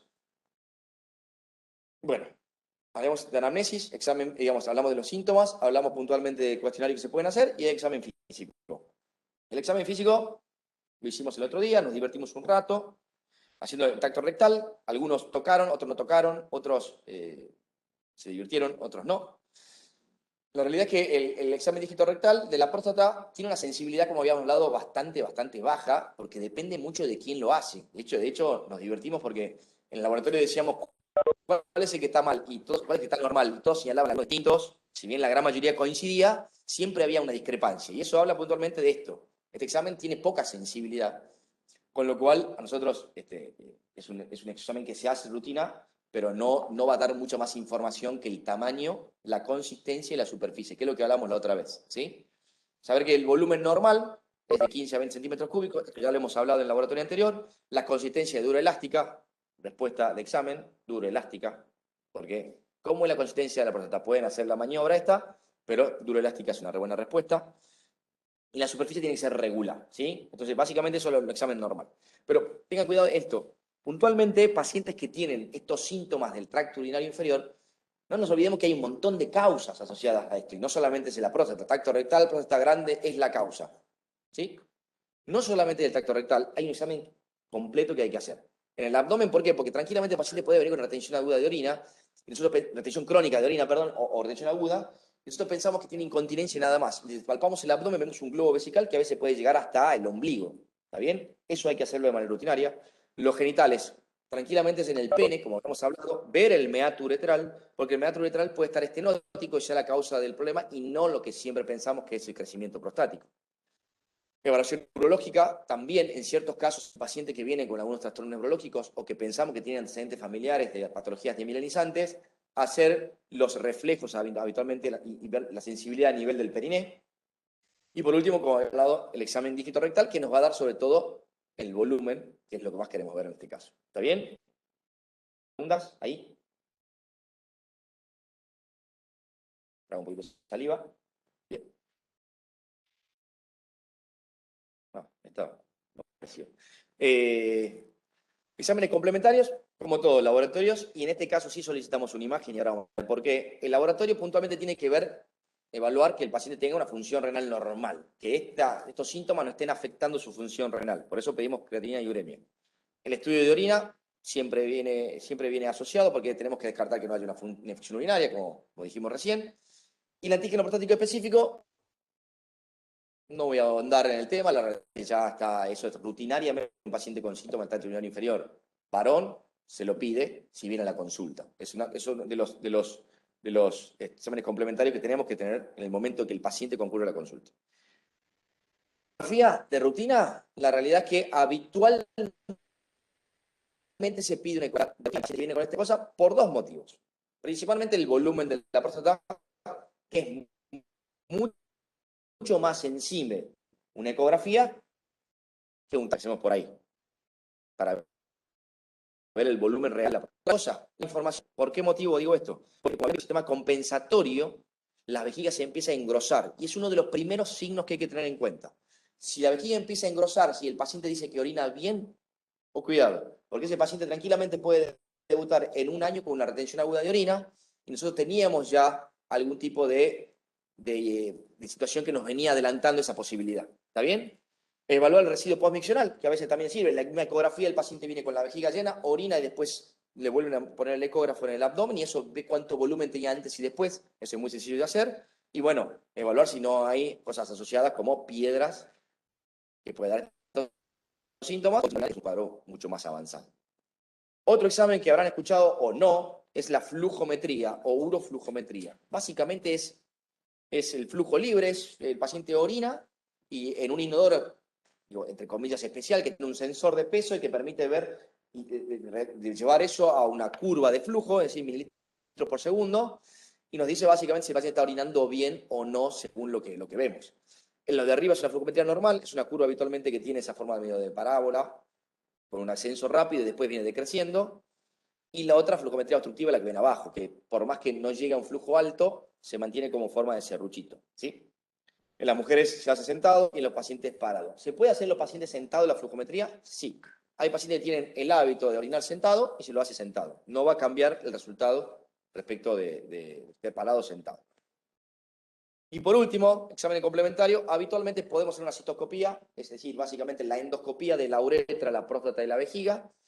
De manera rutinaria no se hace en pacientes que tenemos dudas, ya sea flexible, como ven acá, con un aparato flexible, o con un aparato rígido. Ambas existen, ambas se utilizan. La realidad es que el rígido cada vez menos, por cuestión de comodidad, y la realidad es que el flexible permite mayor maniobrabilidad. Pero indicación puntualmente no es de rutina. Esto no es de rutina. Pacientes que tenemos dudas de que tenga una estenosis en la uretra, paciente que no nos queda claro, paciente que sospechamos que tenga un carcinoma in situ asociado, un tumor de vejiga, pacientes que fuman, por ejemplo, mayores de 50 años, tabaquista de jerarquía, es decir, que fuman más de 20 cigarrillos por día, y sospechamos que los síntomas pueden ser por de esos tumores planos que mostró Fernando, que son el carcinoma in situ, que no lo vamos a ver en la ecografía, está bien hacer una citoscopía. Entonces, cuando hay dudas diagnósticas también. En algunos casos, depende de la bibliografía que uno lea, se puede hacer para planear un procedimiento quirúrgico, ¿sí? En algunos casos, no en todos, pero lo ideal es para evaluar el resto de la uretra y descartar patología vesical. ¿Está bien? Tratamientos. Habíamos hablado que podemos dividirlo en leves, moderados, graves según ese cuestionario. Los leves, uno podría tranquilamente, si no tiene afectación de su calidad de vida, lo que digo inicialmente, no hacer nada. Y el paciente, controlarlo en el tiempo. Controlarlo en el tiempo, principalmente chequeando eso ecográficamente que no engrose las paredes de la vejiga, que no tenga residuos postmiccionales elevados, ¿sí? El 86% habitualmente de los pacientes al año no modifica este tipo de cosas y tranquilamente está bien. Con lo cual, tenerlo en cuenta ante qué paciente estamos, edad y afectación de la calidad de vida. Y si los síntomas son moderados o graves, lo primero que se hace es tratamiento médico. Tratamiento médico es una lista grande de medicamentos dividido en todos estos. Alfa bloqueante, inhibidor de la 5-alfa-reductasa, anticolinérgico, agonista adrenérgico, inhibidor de la fosfodiesterasa 5, del tadalafilo, y combinaciones de ambos. Con lo cual es un capítulo extremadamente largo, pero para resumirlo, la idea es que ustedes vean básicamente qué hace más o menos cada uno. Habitualmente lo más frecuente que usemos los alfa bloqueantes de manera inicial. ¿Por qué? Lo que hacen los alfa bloqueantes, el más usado de tamsulosina, relaja la musculatura del tono prostático y del músculo liso del cuello. Eso permite que el flujo sea mejor. ¿Está bien? Los inhibidores de la 5-alfa-reductasa, dutasteride y finasteride, disminuyen el tamaño de la glándula prostática. Esto va a tener un impacto recién a los 6 meses. Aviso esto porque es importante que lo sepan. Y otra cosa que tienen que tener en cuenta, esto va a tener un impacto en el PSA, el antígeno prostático. Cuando ustedes tengan un paciente que está bajo tratamiento con dutasteride o finasteride, el PSA disminuye a la mitad a los 6 meses. Ténganlo presente porque el día de mañana viene, no, usted está muy bien, pero tiene un PSA en realidad no de 3, sino de 6. ¿Está bien? Eso es una consideración a tener en cuenta. Los anticolinérgicos lo que hace es disminuir los síntomas de llenado, porque disminuyen el tono vesical y la contracción, que aumenta la compliance, la elasticidad. Lo mismo los agonistas adrenérgicos. Y los inhibidores de la fosfodiesterasa 5, en realidad es el tadalafilo y el sildenafil, sobre todo el tadalafilo.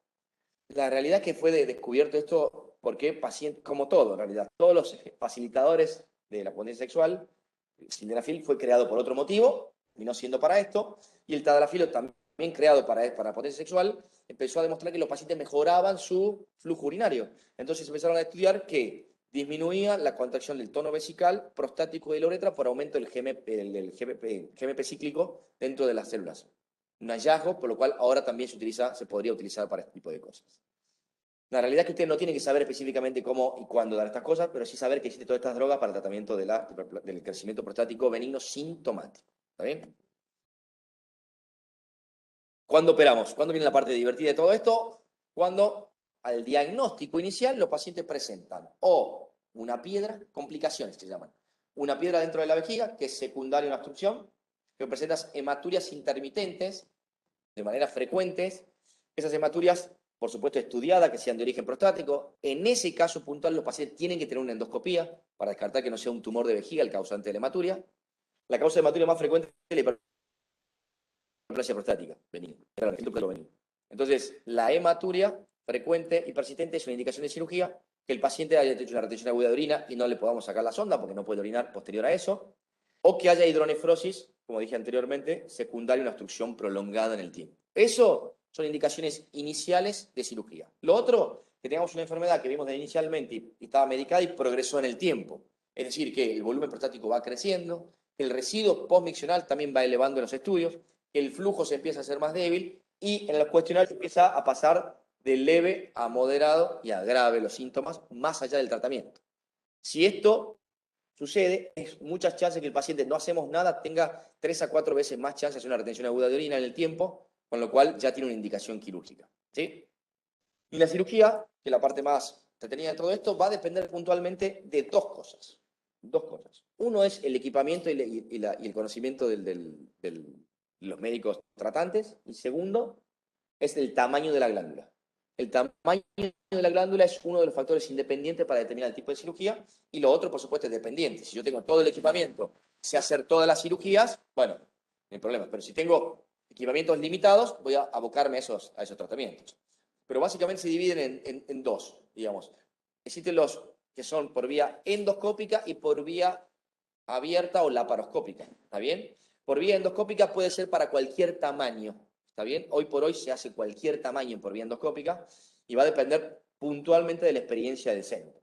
Cuando hablamos de próstatas medianas, es decir, de 80 para abajo, medianas a grandes, de 80 a 100 en algunos casos, para abajo, es decir, hacia abajo, centímetros cúbicos hablo.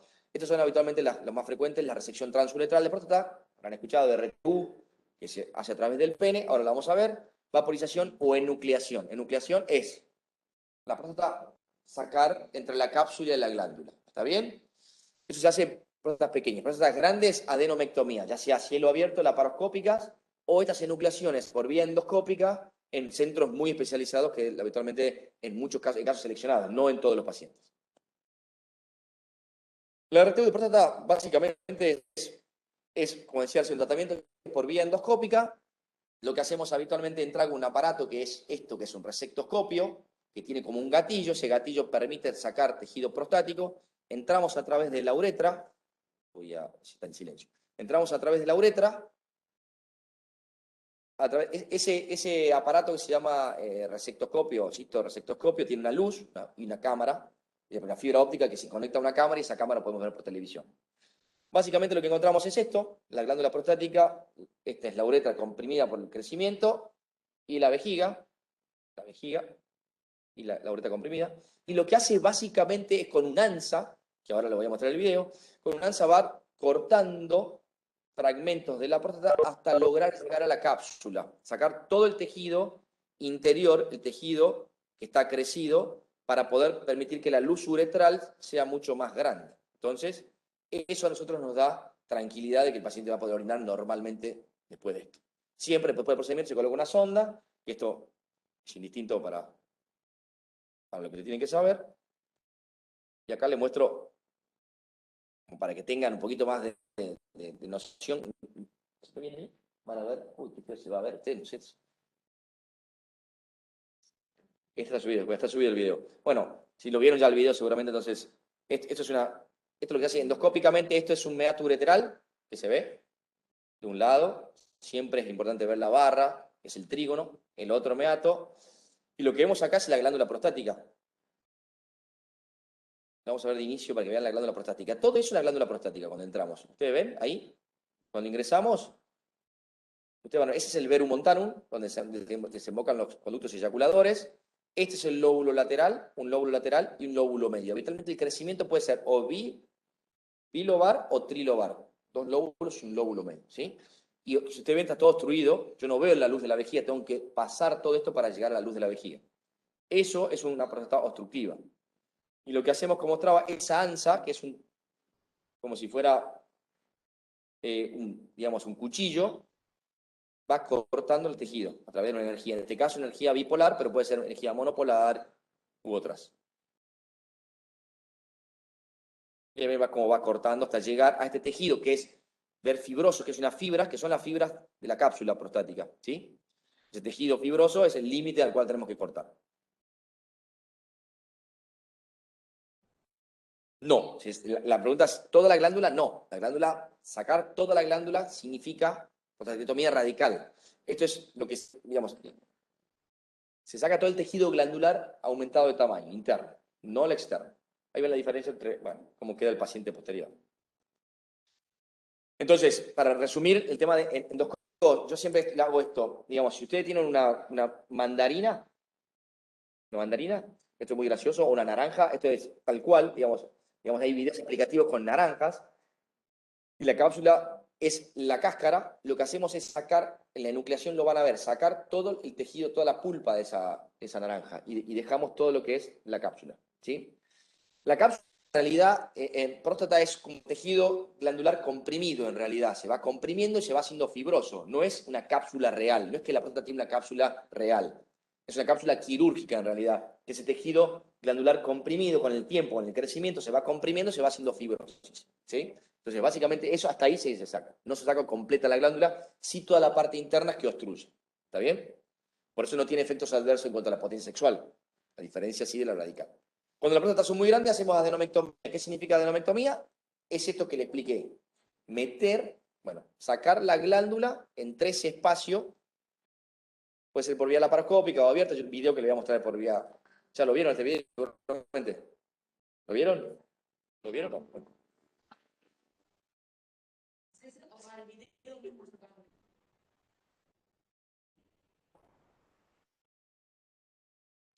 Básicamente, esta es por vía abierta. Eso que acaba de cortar, digamos, con el bisturí, es la cápsula. Tengan en cuenta que los pies del paciente están acá y la cabeza del paciente acá, ¿sí? Hacia abajo. Acá está la uretra para acá y acá está la vejiga. Lo que hacemos habitualmente es una incisión transversal sobre la cápsula prostática. Por supuesto, después que hay que disecar y un par de cosas. Es mucho más lindo acá que no hay sangre, pero con la tijera se busca el plano, ese plano que decimos habitualmente que es entre la cápsula y el tejido prostático glandular. Y esto se hace habitualmente, cuando es por vía abierta, con el dedo. Eso se llama enucleación digital. Van a ver, el video es tal cual así. Se hace con el dedo. Entre ese plano es una maniobra Roma que se despega perfectamente bien, ¿sí? Eso permite que nosotros saquemos la glándula completa y dejemos la cápsula. Es tal cual está viendo en el video, un poquito más rojo.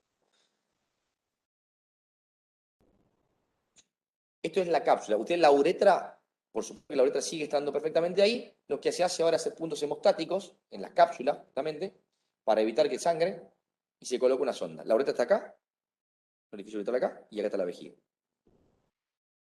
Sí, por supuesto. Se coloca una sonda y ahora se cierra toda la cara anterior se hace una rafia de la cápsula de la próstata. Rafia, cerrar, rafia, acuérdense.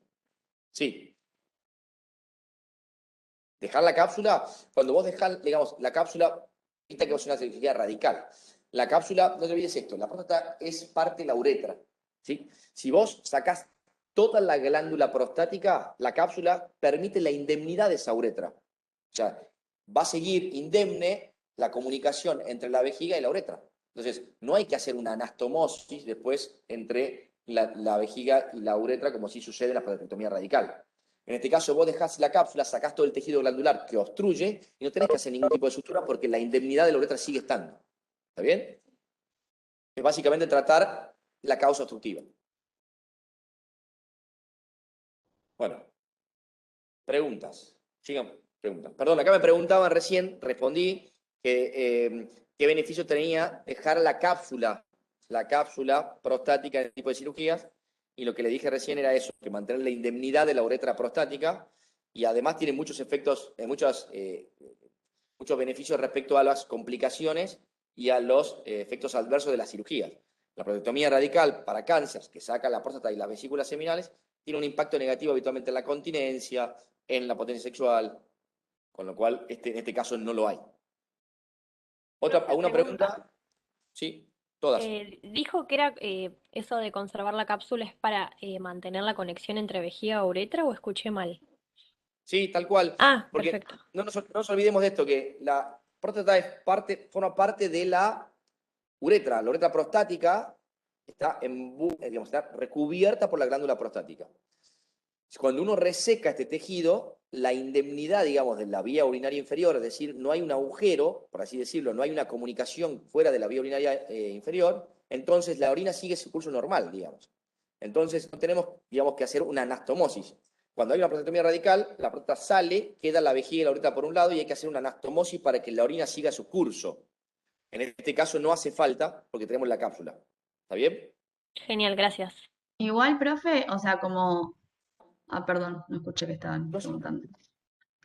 O sea, como dejaste tejido, o sea, puede tener otra vez hiperplasia, crecimiento Totalmente, prostático. totalmente. Esa es una buena pregunta. La realidad es así. Por supuesto que digamos, las cirugías que más efectivas son en el tiempo son las cirugías, las enucleaciones. Esa que entramos bien en el plano de la cápsula y resecamos todo el tejido glandular. Se sabe que esas cirugías, por más que pasen 10 años, no van a tener de vueltas obstrucciones de la uretra que hagan síntomas de tracto urinario inferior. Ahora bien, ¿existe recidiva de crecimiento prostático sintomático? Sí. Cuando la cirugía no es suficiente, cuando se resecó parte y no todo lo que debería haberse resecado, sí puede pasar que haya de vuelta crecimiento prostático, todo en pacientes jóvenes. Si operamos un paciente de 50 años, pensemos que la expectativa de vida hasta los 80, que tiene 30 años más de exposición a la testosterona. Entonces, tranquilamente podría recidivar en el tiempo el crecimiento prostático, es cierto. Pero se sabe que las enucleaciones son el método que menos recidivan de todos.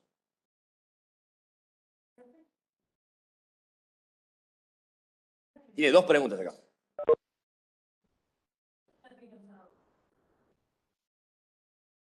Yo no dije que era funcional, digamos. La glándula prostática tiene, ¿qué función cumple la glándula? Ahora te hago una pregunta. Acá me preguntaron qué pasa si el tejido de la cápsula es fibrosado, qué función, digamos, cómo se llama que es funcional. Yo te hago una pregunta a vos. ¿Qué función cumple la glándula prostática? Ahí está. No. La cirugía la disfunción eréctil se produce habitualmente porque la próstata, estamos hablando, vuelvo a prostatectomía radical, ¿sí? Por cáncer. La próstata está colocada por debajo de la próstata, inmediatamente pegado pasan los haces neurovasculares, que inervan tras el nervio pudendo que da la erección habitualmente, ¿sí? Esos haces neurovasculares, cuando haces una prostatectomía radical, es muy frecuente que los dañes, o que los lastimes, o que totalmente los reseques por el tamaño del tumor que tenga la próstata. ¿Está bien? Por sacar la glándula prostática, dañás esos nervios y después tenés impotencia sexual. Lo que acá no sucede, porque nunca te vas por fuera de esa cápsula.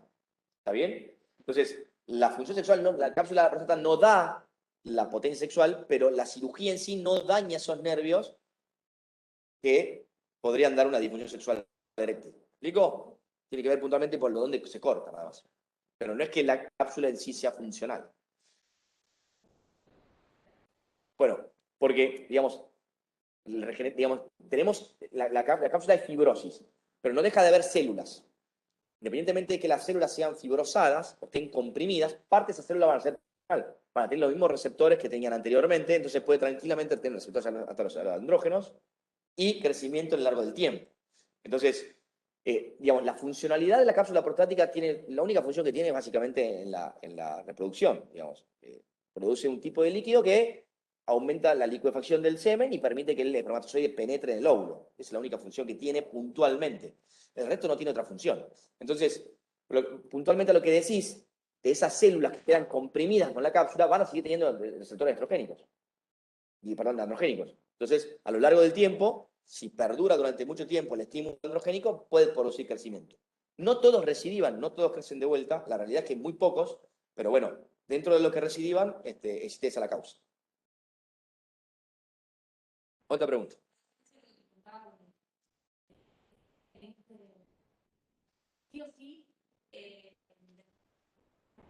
Acá la pregunta que me hacen es si el diagnóstico sí o sí es con biopsia. La realidad es que no. La realidad es que no. El diagnóstico es clínico, por supuesto que es clínico. O sea, lo que no tengo que hacer es biopsiar a un paciente que tiene síntomas del tracto urinario inferior, que sospecho que es por crecimiento. No requiere. A no ser que tenga algún tipo de signos que me hagan sospechar que puede tener además un tumor de próstata. Dijimos en los laboratorios que podía coexistir un crecimiento prostático y un tumor de próstata maligno. Entonces, digamos, si yo tengo síntomas de tracto urinario inferior, pero el PSA, por ejemplo, viene en ascensos sucesivos, y yo le hago un tacto rectal y noto algún tipo de dureza, tengo que biopsiarlo, pero no por el crecimiento prostático en sí, sino porque tengo que descartar una patología tumoral. El enfoque es distinto. ¿Me explico? Entonces, de por sí, si yo tengo un PSA normal en un paciente, tengo un tacto que para mí entender es normal, no tengo ningún tipo de antecedente familiar de primera línea, no es un hombre de raza afroamericana. La realidad es que tranquilamente puedo hacer la cirugía, si tuviera indicación quirúrgica, sin biopsiarlo previamente. No nos olvidemos que también hacemos la cirugía, va a muestra de anatomía patológica. El tejido que se reseca o el tejido que se nuclea va a patología. También eso se estudia. No, no tiene pregunta, tienen sueños, están bostezando acá. Muy bien, ya casi 2 horas. Agustín, Sí. buenos días a todos, ahí te escuché muy claro, muy interesante, yo creo que está bajando... Están riendo acá, Fernando, se están riendo, ¿Qué? personas, se están riendo acá, que apareciste. No, te estoy escuchando desde hoy, buenísimo, te felicito la clase, muy bien, lo que yo quiero, un poquito que reflexionemos, la primera pregunta que puede surgir es... ¿Cómo? A mí me interesa que los estudiantes sepan esto, que es lo que hacemos nosotros. Los pacientes llegan a la consulta de igual manera que va la mujer al ginecólogo. ¿Qué tal, doctor? Vengo al control. ¿Estamos de acuerdo? Vengo al chequeo y hay distintas formas, al chequeo de próstata, al control urológico, como quieran. Nosotros en la mente de cualquier médico, estudiante, generalista, tiene que ver al aparato urinario como una unidad funcional.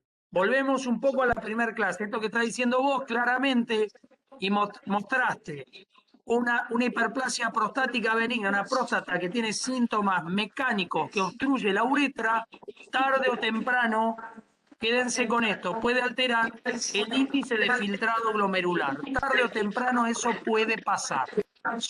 Un paciente que nosotros te dirán, doctor, ¿tuvieron que trasplantar alguna vez a alguien que tenga una insuficiencia renal estadio 5 terminal porque el paciente nunca fue operado de la próstata y manejaba un residuo elevado? Lamentablemente sí.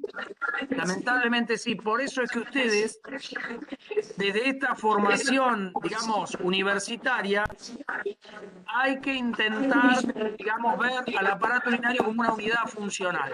Pero fíjense qué curioso, porque lo que claramente dejó entrever Agustín es esto, que un tercio de los pacientes que tienen dificultad para orinar tienen disfunción sexual. Aparece acá la medicina sexual. ¿Por qué? Por toda esta dinámica, porque tienen desórdenes metabólicos, desórdenes hormonales, alteraciones en la calidad de las erecciones. Por eso también Agustín mencionó el tadalafilo, el sildenafil, el Viagra, todo lo que ustedes, porque los pacientes comienzan a tener un cóctel. Hay una suma de síntomas y de problemas que si no se abordan pueden generar dificultades. ¿Puede consultar un paciente? Miren, les pregunto a todos, ¿puede consultar un paciente por disfunción sexual antes que por problemas de obstrucción prostática? ¿Qué piensan? ¿Podría ser esa la punta del ovillo? Acá dicen que sí. Sí. Claro, claro. Porque la gente consulta, vos dijiste bien, a mí me interesa esto, hiciste hincapié en el IPSS, que es el score de calidad de vida. Pero ustedes no se olviden que nosotros acá mismo, incluso en Mar del Plata, tenemos cuestiones interculturales. No es lo mismo la consulta de un ciudadano de la comunidad gitana que alguien que vive en el Coyunco, que alguien como yo de Aldosivi del Puerto. No, no es lo mismo. La gente consulta de distinta manera. Pero hay gente que les va a consultar por, doctor, mire, yo estoy teniendo problemas en el deseo, en la calidad de mis erecciones, y como dijo Agustín, es la punta del ovillo de un paciente que tiene una hiperplasia prostática sintomática que lo llevó también a tener una disfunción sexual, ¿me entienden? Entonces ahí aparece la necesidad de no ver al hombre como una próstata. Es bastante común que yo le diga, mire, caballero, usted no es una próstata, usted es un ser humano que tiene varias dolencias y le toca esto. A nosotros nos gusta la urología y nos gusta evaluar y estudiar a los pacientes con síntomas del tracto urinario bajo, porque en sí mismo tiene varias derivaciones. Una de esas, y no menor, es la medicina sexual. ¿Estamos de acuerdo? Así que me parece muy interesante, más allá de la charla muy buena de Agustín, que ese IPSS, un score de síntomas mínimo en la mente, qué sé yo. Yo puedo no hacer otorrinolaringología, pero más o menos puedo hacer un score auditivo, como para seguir a alguien. Acá hay que hacerse algún score respecto a la próstata. Y el otro tema, y meto un bocado ahí, Agustín, para complementar, sepan que ustedes en su familia, hoy a cualquiera, se sientan, como siempre digo a la noche, agarran al nono, a la abuela, que está contento con que el hijo estudie medicina, y es el conejito de India. Con el nono y la abuela podemos hacer de todo porque están contentos con nosotros. Si ustedes quieren saber cómo orinan, le hacen una cartilla miccional. ¿Qué le dicen? Sobre todo a un varón, en este caso, ¿no? Al varón. Fíjate cómo orinás, anotame lo que tomás y cómo orinás. Y en 48 horas pueden tener una estimación de eso. ¿Estamos de acuerdo? Eso quería decir. Perfecto, gracias Fernando. 2 segundos más, le metemos pata. El último de los temas, incontinencia de orina. Así... Perdóname que creí que habías terminado, por eso te interrumpí. No, igual esto vamos a hacer lo más corto posible. Porque, bueno, por cuestión de tiempo, tienen que hacer el curso de suturas, así que arrancamos. La incontinencia de orina, definida como la pérdida involuntaria de orina que ocasiona un problema higiénico y social. La realidad, esa es la definición, no la dije yo, la Sociedad Internacional de Continencia, esa es la definición para ellos. Y vamos a hablar puntualmente de la incontinencia de orina en la mujer. ¿Por qué? Porque es la más frecuente de todas y es habitualmente una de las consultas también más prevalentes. Y no nos olvidemos que es un síntoma del tracto urinario inferior. Con lo cual, se supone básicamente que el 45% de las personas, hasta un 45% de las personas, tienen una incontinencia de orina a los 60 años. Tengamos en cuenta también que mucha de estas situaciones está subestimada. La realidad es que muchas personas por vergüenza o por lo que sea no consultan, con lo cual se cree que el porcentaje es mucho mayor, ¿sí? Y hasta un 60% de los pacientes que están institucionalizados en hogares o internados. Esta pérdida de orina habitualmente tiene un gran impacto en la calidad de vida de las pacientes, a los pacientes que hablamos de incontinencia de orina femenina, y esto los lleva básicamente a retraerse muchas veces y dejar de hacer sus actividades sociales o habituales que tienen, producto de esta incontinencia de orina. Existen factores asociados, por supuesto, la edad es uno de los factores. A medida que pasa el tiempo, los músculos, los ligamentos y demás pierden su consistencia, su capacidad de retener muchas veces los órganos en su lugar, y eso permite que en cierta medida la edad sea un factor predisponente. El hipoestrogenismo, producto también de la posmenopausia, también produce mayor factor de riesgo asociado a la incontinencia de orina. La raza, parece una cosa extraña, pero los latinos y los hispanos tienen mayor incontinencia de orina que el resto de las razas.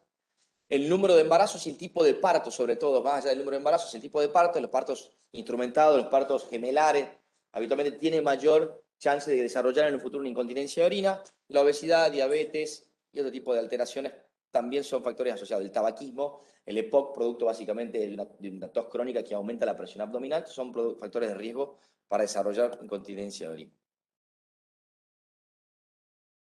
No me voy a detener mucho en esto porque es medio... Saber, como hablamos siempre, ARTI3, ¿me dijeron? ARTI3. ARTI3, bueno, en ARTI3, fase micción, fase de llenado.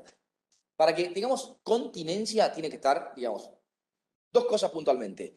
Neurológicamente normal, puntualmente los tres, digamos, síntoma simpático, parasimpático y voluntario, normal porque siempre van a participar en alguna de las fases de la micción. Entonces, necesitamos que para tener continencia estos tres mecanismos estén normales. No voy a detenerme puntualmente en esto, porque si no vamos a estar mucho tiempo. Y, como decía, que las estructuras estén en su lugar. Y eso requiere que de varias cosas. No solamente que estén en su lugar, sino que los mecanismos de sostén, sobre todo en el músculo, ligamentos, que principalmente en la mujer son el piso pélvico, y todos los ligamentos asociados, estén en su lugar. ¿Por qué? Porque, ahora van a ver después, más adelante, si no desencadena el tipo de incontinencia de orina que a lo largo del tiempo se hace presente. Entonces, dos cosas para tener continencia. Neurológicamente normal y que las personas tengan habitualmente localizados sus músculos pélvicos en el lugar correcto. Tipo de incontinencia de orina, todas estas. La realidad es que uno la describe muchas veces por cómo aparecen, por el estímulo que aparecen, por la situación en la que aparecen. Las más frecuentes de todas son las de esfuerzo, por las consultas más frecuentes de esfuerzo y las de apremio. Mixtas, habitualmente en algunas situaciones tienen componente de ambas, por múltiples motivos. El resto de las otras son...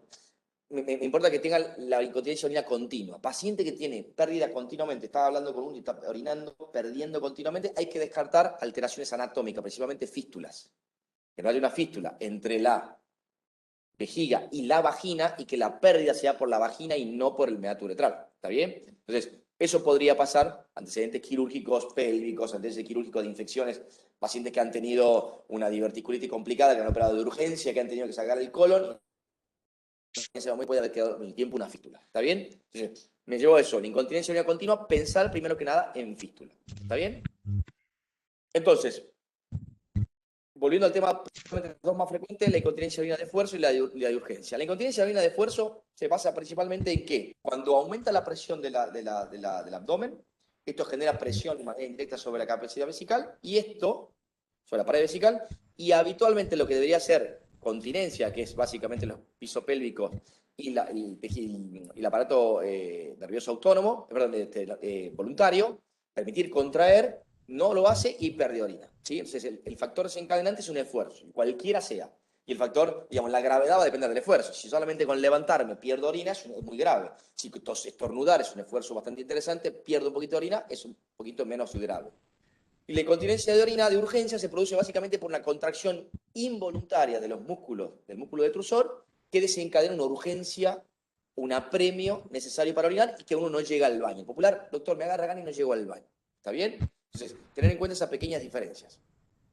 El diagnóstico principalmente es, ni más ni menos, el más importante de todos estos, es el anamnesis. En estos pacientes, evaluar todos estos factores de riesgo previos que hablábamos, el número de embarazo, los antecedentes obstétricos, ver qué tamaño tuvo el bebé más grande, porque si tuvo varios embarazos y el recién nacido de mayor peso tuvo 4,5 kilos, bueno, habla de que probablemente el parto, si fue parto por vía natural, peor todavía, probablemente va a tener más factores de riesgo de una incontinencia de orina.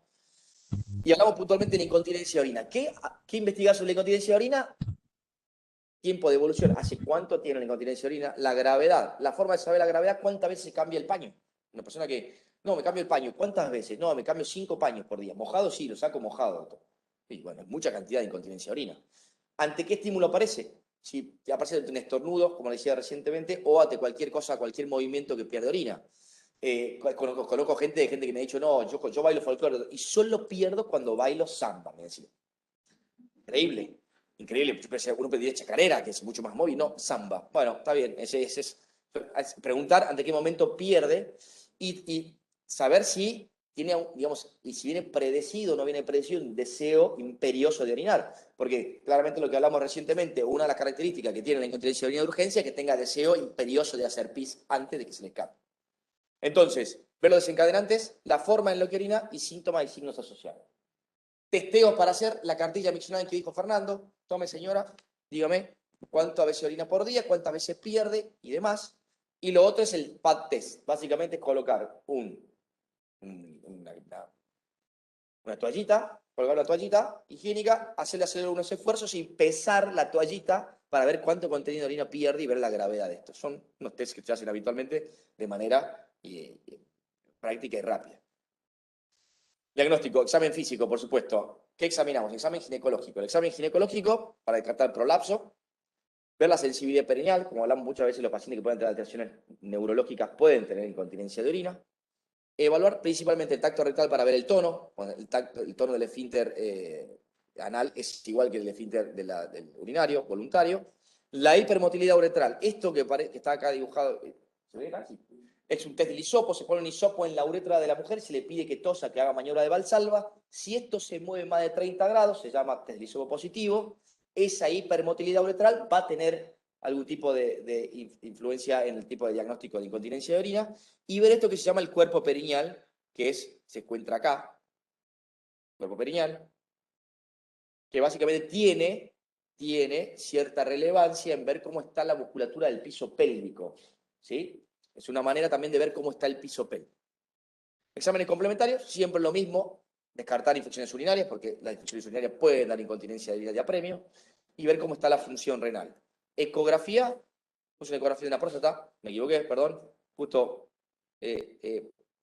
independientemente de esto, las paredes de la vejiga lo que tenemos que ver, que no haya cuerpos extraños que desencadenen incontinencia de orina de urgencia, ¿sí? Y medir el residuo postmiccional, porque, digamos, una persona que tiene residuo postmiccional elevados, tenemos que pensar en incontinencia de orina, probablemente de retención crónica, y no en incontinencia de orina de otro tipo, ¿sí? Entonces, y el último examen complementario, que es el que más ¿Sí? Preguntas. Es una muy buena pregunta. Lo normal de residuo postmiccional es discutible. Es discutible.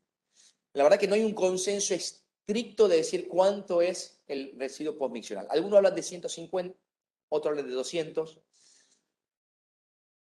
Algunos hablan de porcentaje de residuo pre y post, digamos, si es un porcentaje del volumen premiccional, es decir, si yo tenía 500 centímetros cúbicos y me quedan más de un 20%, es un residuo postmiccional significativo, si es menos del 20% no. Entonces, esta discrepancia en la bibliografía existe.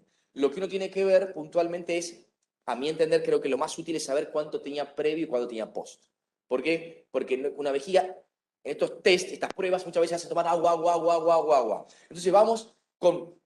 Sí, me estoy orinando. Me hacen la ecografía. Ecográficamente tienen casi 800 centímetros cúbicos, una cosa totalmente disfuncional. Nunca tenemos 800 centímetros cúbicos en la vejiga, lo funcional es 300, máximo 500.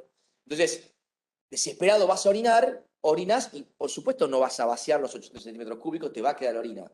Esa es la pregunta que le hacemos a los pacientes. ¿Terminaste el estudio? ¿Volviste a orinar? Si salí de vuelta y me hicieron la ecografía para medirme el residuo y volví a orinar. Es lógico. Entonces, creo que tiene que tener un equilibrio entre un volumen taxativo de números 150 con un porcentaje previo del premiccional. Entonces, lo más lógico sería premiccional y postmiccional, ¿sí? Pero no hay, la respuesta correcta es que eso no existe, ¿sí? Todo se ve en un contexto. El estudio más importante para ver es la urodinamia. Esto es un estudio que ve funcionalmente todo lo que hablamos, fase de llenado y fase de vaciado. Es invasiva. Es un estudio muy cómodo de hacer.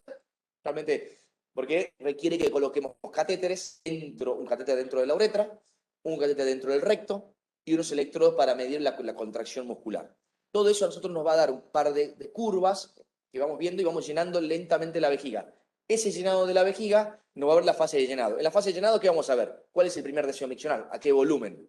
El primer deseo miccional, habitualmente hasta los 150 centímetros cúbicos, aparece el primer deseo miccional, que deberíamos poder anularlo, ¿sí? La capacidad de la vejiga, 350 centímetros cúbicos es lo normal. Las contracciones involuntarias, esto que le explicaba, muchas veces puede haber en estos estudios contracciones involuntarias que hagan pérdida. Que la paciente nunca tuvo deseo de orinar, agarró una contracción y perdió. Eso lo podemos ver en este estudio. Y eso habla de tipo de incontinencia. Y por supuesto, cuando hablamos de la fase de vaciado, es ver puntualmente que no esté obstruida la salida de la orina. ¿Está bien? Eso vemos en el estudio urodinamia. Es mucho más complejo este estudio, requiere mucho más explicación, lleva a veces años aprenderlo, con lo cual los residentes nuestros hacen toda una rotación de un año para poder aprenderlo, con lo cual, decirlo ahora rápido, pero sepa que existe y que es muy útil para saber qué tipo de incontinencia no se hace de manera rutinaria, se hace de manera cuando pensamos pacientes vamos a operar o cuando pacientes que nos quedan dudas del origen. ¿Está bien? La incontinencia de orina de esfuerzo, como dije recién, hay ese test que vieron del hisopo, ¿se acuerdan? Que movía el hisopo. Bueno, básicamente se produce por esto, porque como ven acá a la derecha, por diferentes motivos, el suelo pélvico, la musculatura, los ligamentos están debilitados y los órganos intrapélvicos están fuera de su lugar. Cuando hay un aumento de la presión, estos descienden, se mueve la vejiga hacia abajo, mueve la uretra y eso hace que digamos, el eje, que normalmente debería ser este, esté un poquito más acostado y hace que pierda orina. ¿Está bien? Lo mismo pasa con el útero y muchas veces también con el recto. Muchas veces puede haber estos pacientes tener incontinencia de materia fecal o de gases asociados, que también habla de la gravedad de la incontinencia. Entonces, incontinencia orinaria de esfuerzo, estos síntomas, principalmente el test del hisopo y que ante un esfuerzo pierde, por supuesto. El manejo suele ser conservador en las leves, incontinencia orinaria leve, ejercicios de Kegel conocidos en ese ejercicio habitualmente se utilizan para múltiples cosas. Uno de estos para mejorar la musculatura pélvica y lo otro son electroestimulaciones, que es con un electrodo que va dentro del ano y eso permite estimular las contracciones. Manejo quirúrgico, ¿qué hacemos? Mallas, lo que se llama, o los sling probablemente conocidos, que es mejorar, como ven acá, el sustento de la uretra. Lo que hacemos es reposicionar la uretra en su lugar, es como hacer o refortalecer el ligamento normalmente que debería tener ese nivel la uretra para evitar que cuando haya valsalva el paciente pierda. ¿Está bien? Se hacen de dos maneras, colocando el sling por arriba del pubis o a través de los orificios transobturadores. ¿Sí? Eso no importa que lo sepan. Y la incontinencia orinaria de urgencia, habitualmente, como le dije, en el interrogatorio uno se da cuenta, el paciente tiene deseo de orinar imperioso previo y le da ganas de orinar. Siempre descartar tumores de vejiga e infecciones urinarias. 30% de las veces puede estar asociada a ambas incontinencias de orina, la de esfuerzo y la otra. Esto, básicamente, para que sepan cuál es el tratamiento. El tratamiento de la incontinencia de orina de urgencia es medicamentoso, habitualmente con fármacos. ¿Por qué? Porque depende básicamente de dónde están los receptores de la micción y de la fase de vaciado. Entonces, lo más usado son los antimuscarínicos, que lo que hace es inhibir el sistema parasimpático, entonces lo que hace es prolongar los periodos de micciones, de micción entre micción, y la micción no sea tan imperiosa y la contracción no sea tan brusca. Por lo que los medicamentos más utilizados son la darifenacina, solifenacina y tolterodina. Y por último, si con medicamentos los pacientes no andan, existen otro tipo de alternativas, que es inyectar toxina botulínica dentro de la vejiga, eso lo hacemos, pacientes, sobre todo pacientes con lesiones medulares. Y por último, también para lesiones medulares, es hacer una neuromodulación sacra. Puntualmente, ¿qué es? Es como poner un marcapaso a nivel del plexo sacro para que más o menos nos diga cuándo podamos orinar. Eso deja una descarga, esa descarga deja el sistema parasimpático y orinamos. ¿Está bien? Muchas gracias. Perdón por el apuro, pero bueno, tenemos que terminar el horario.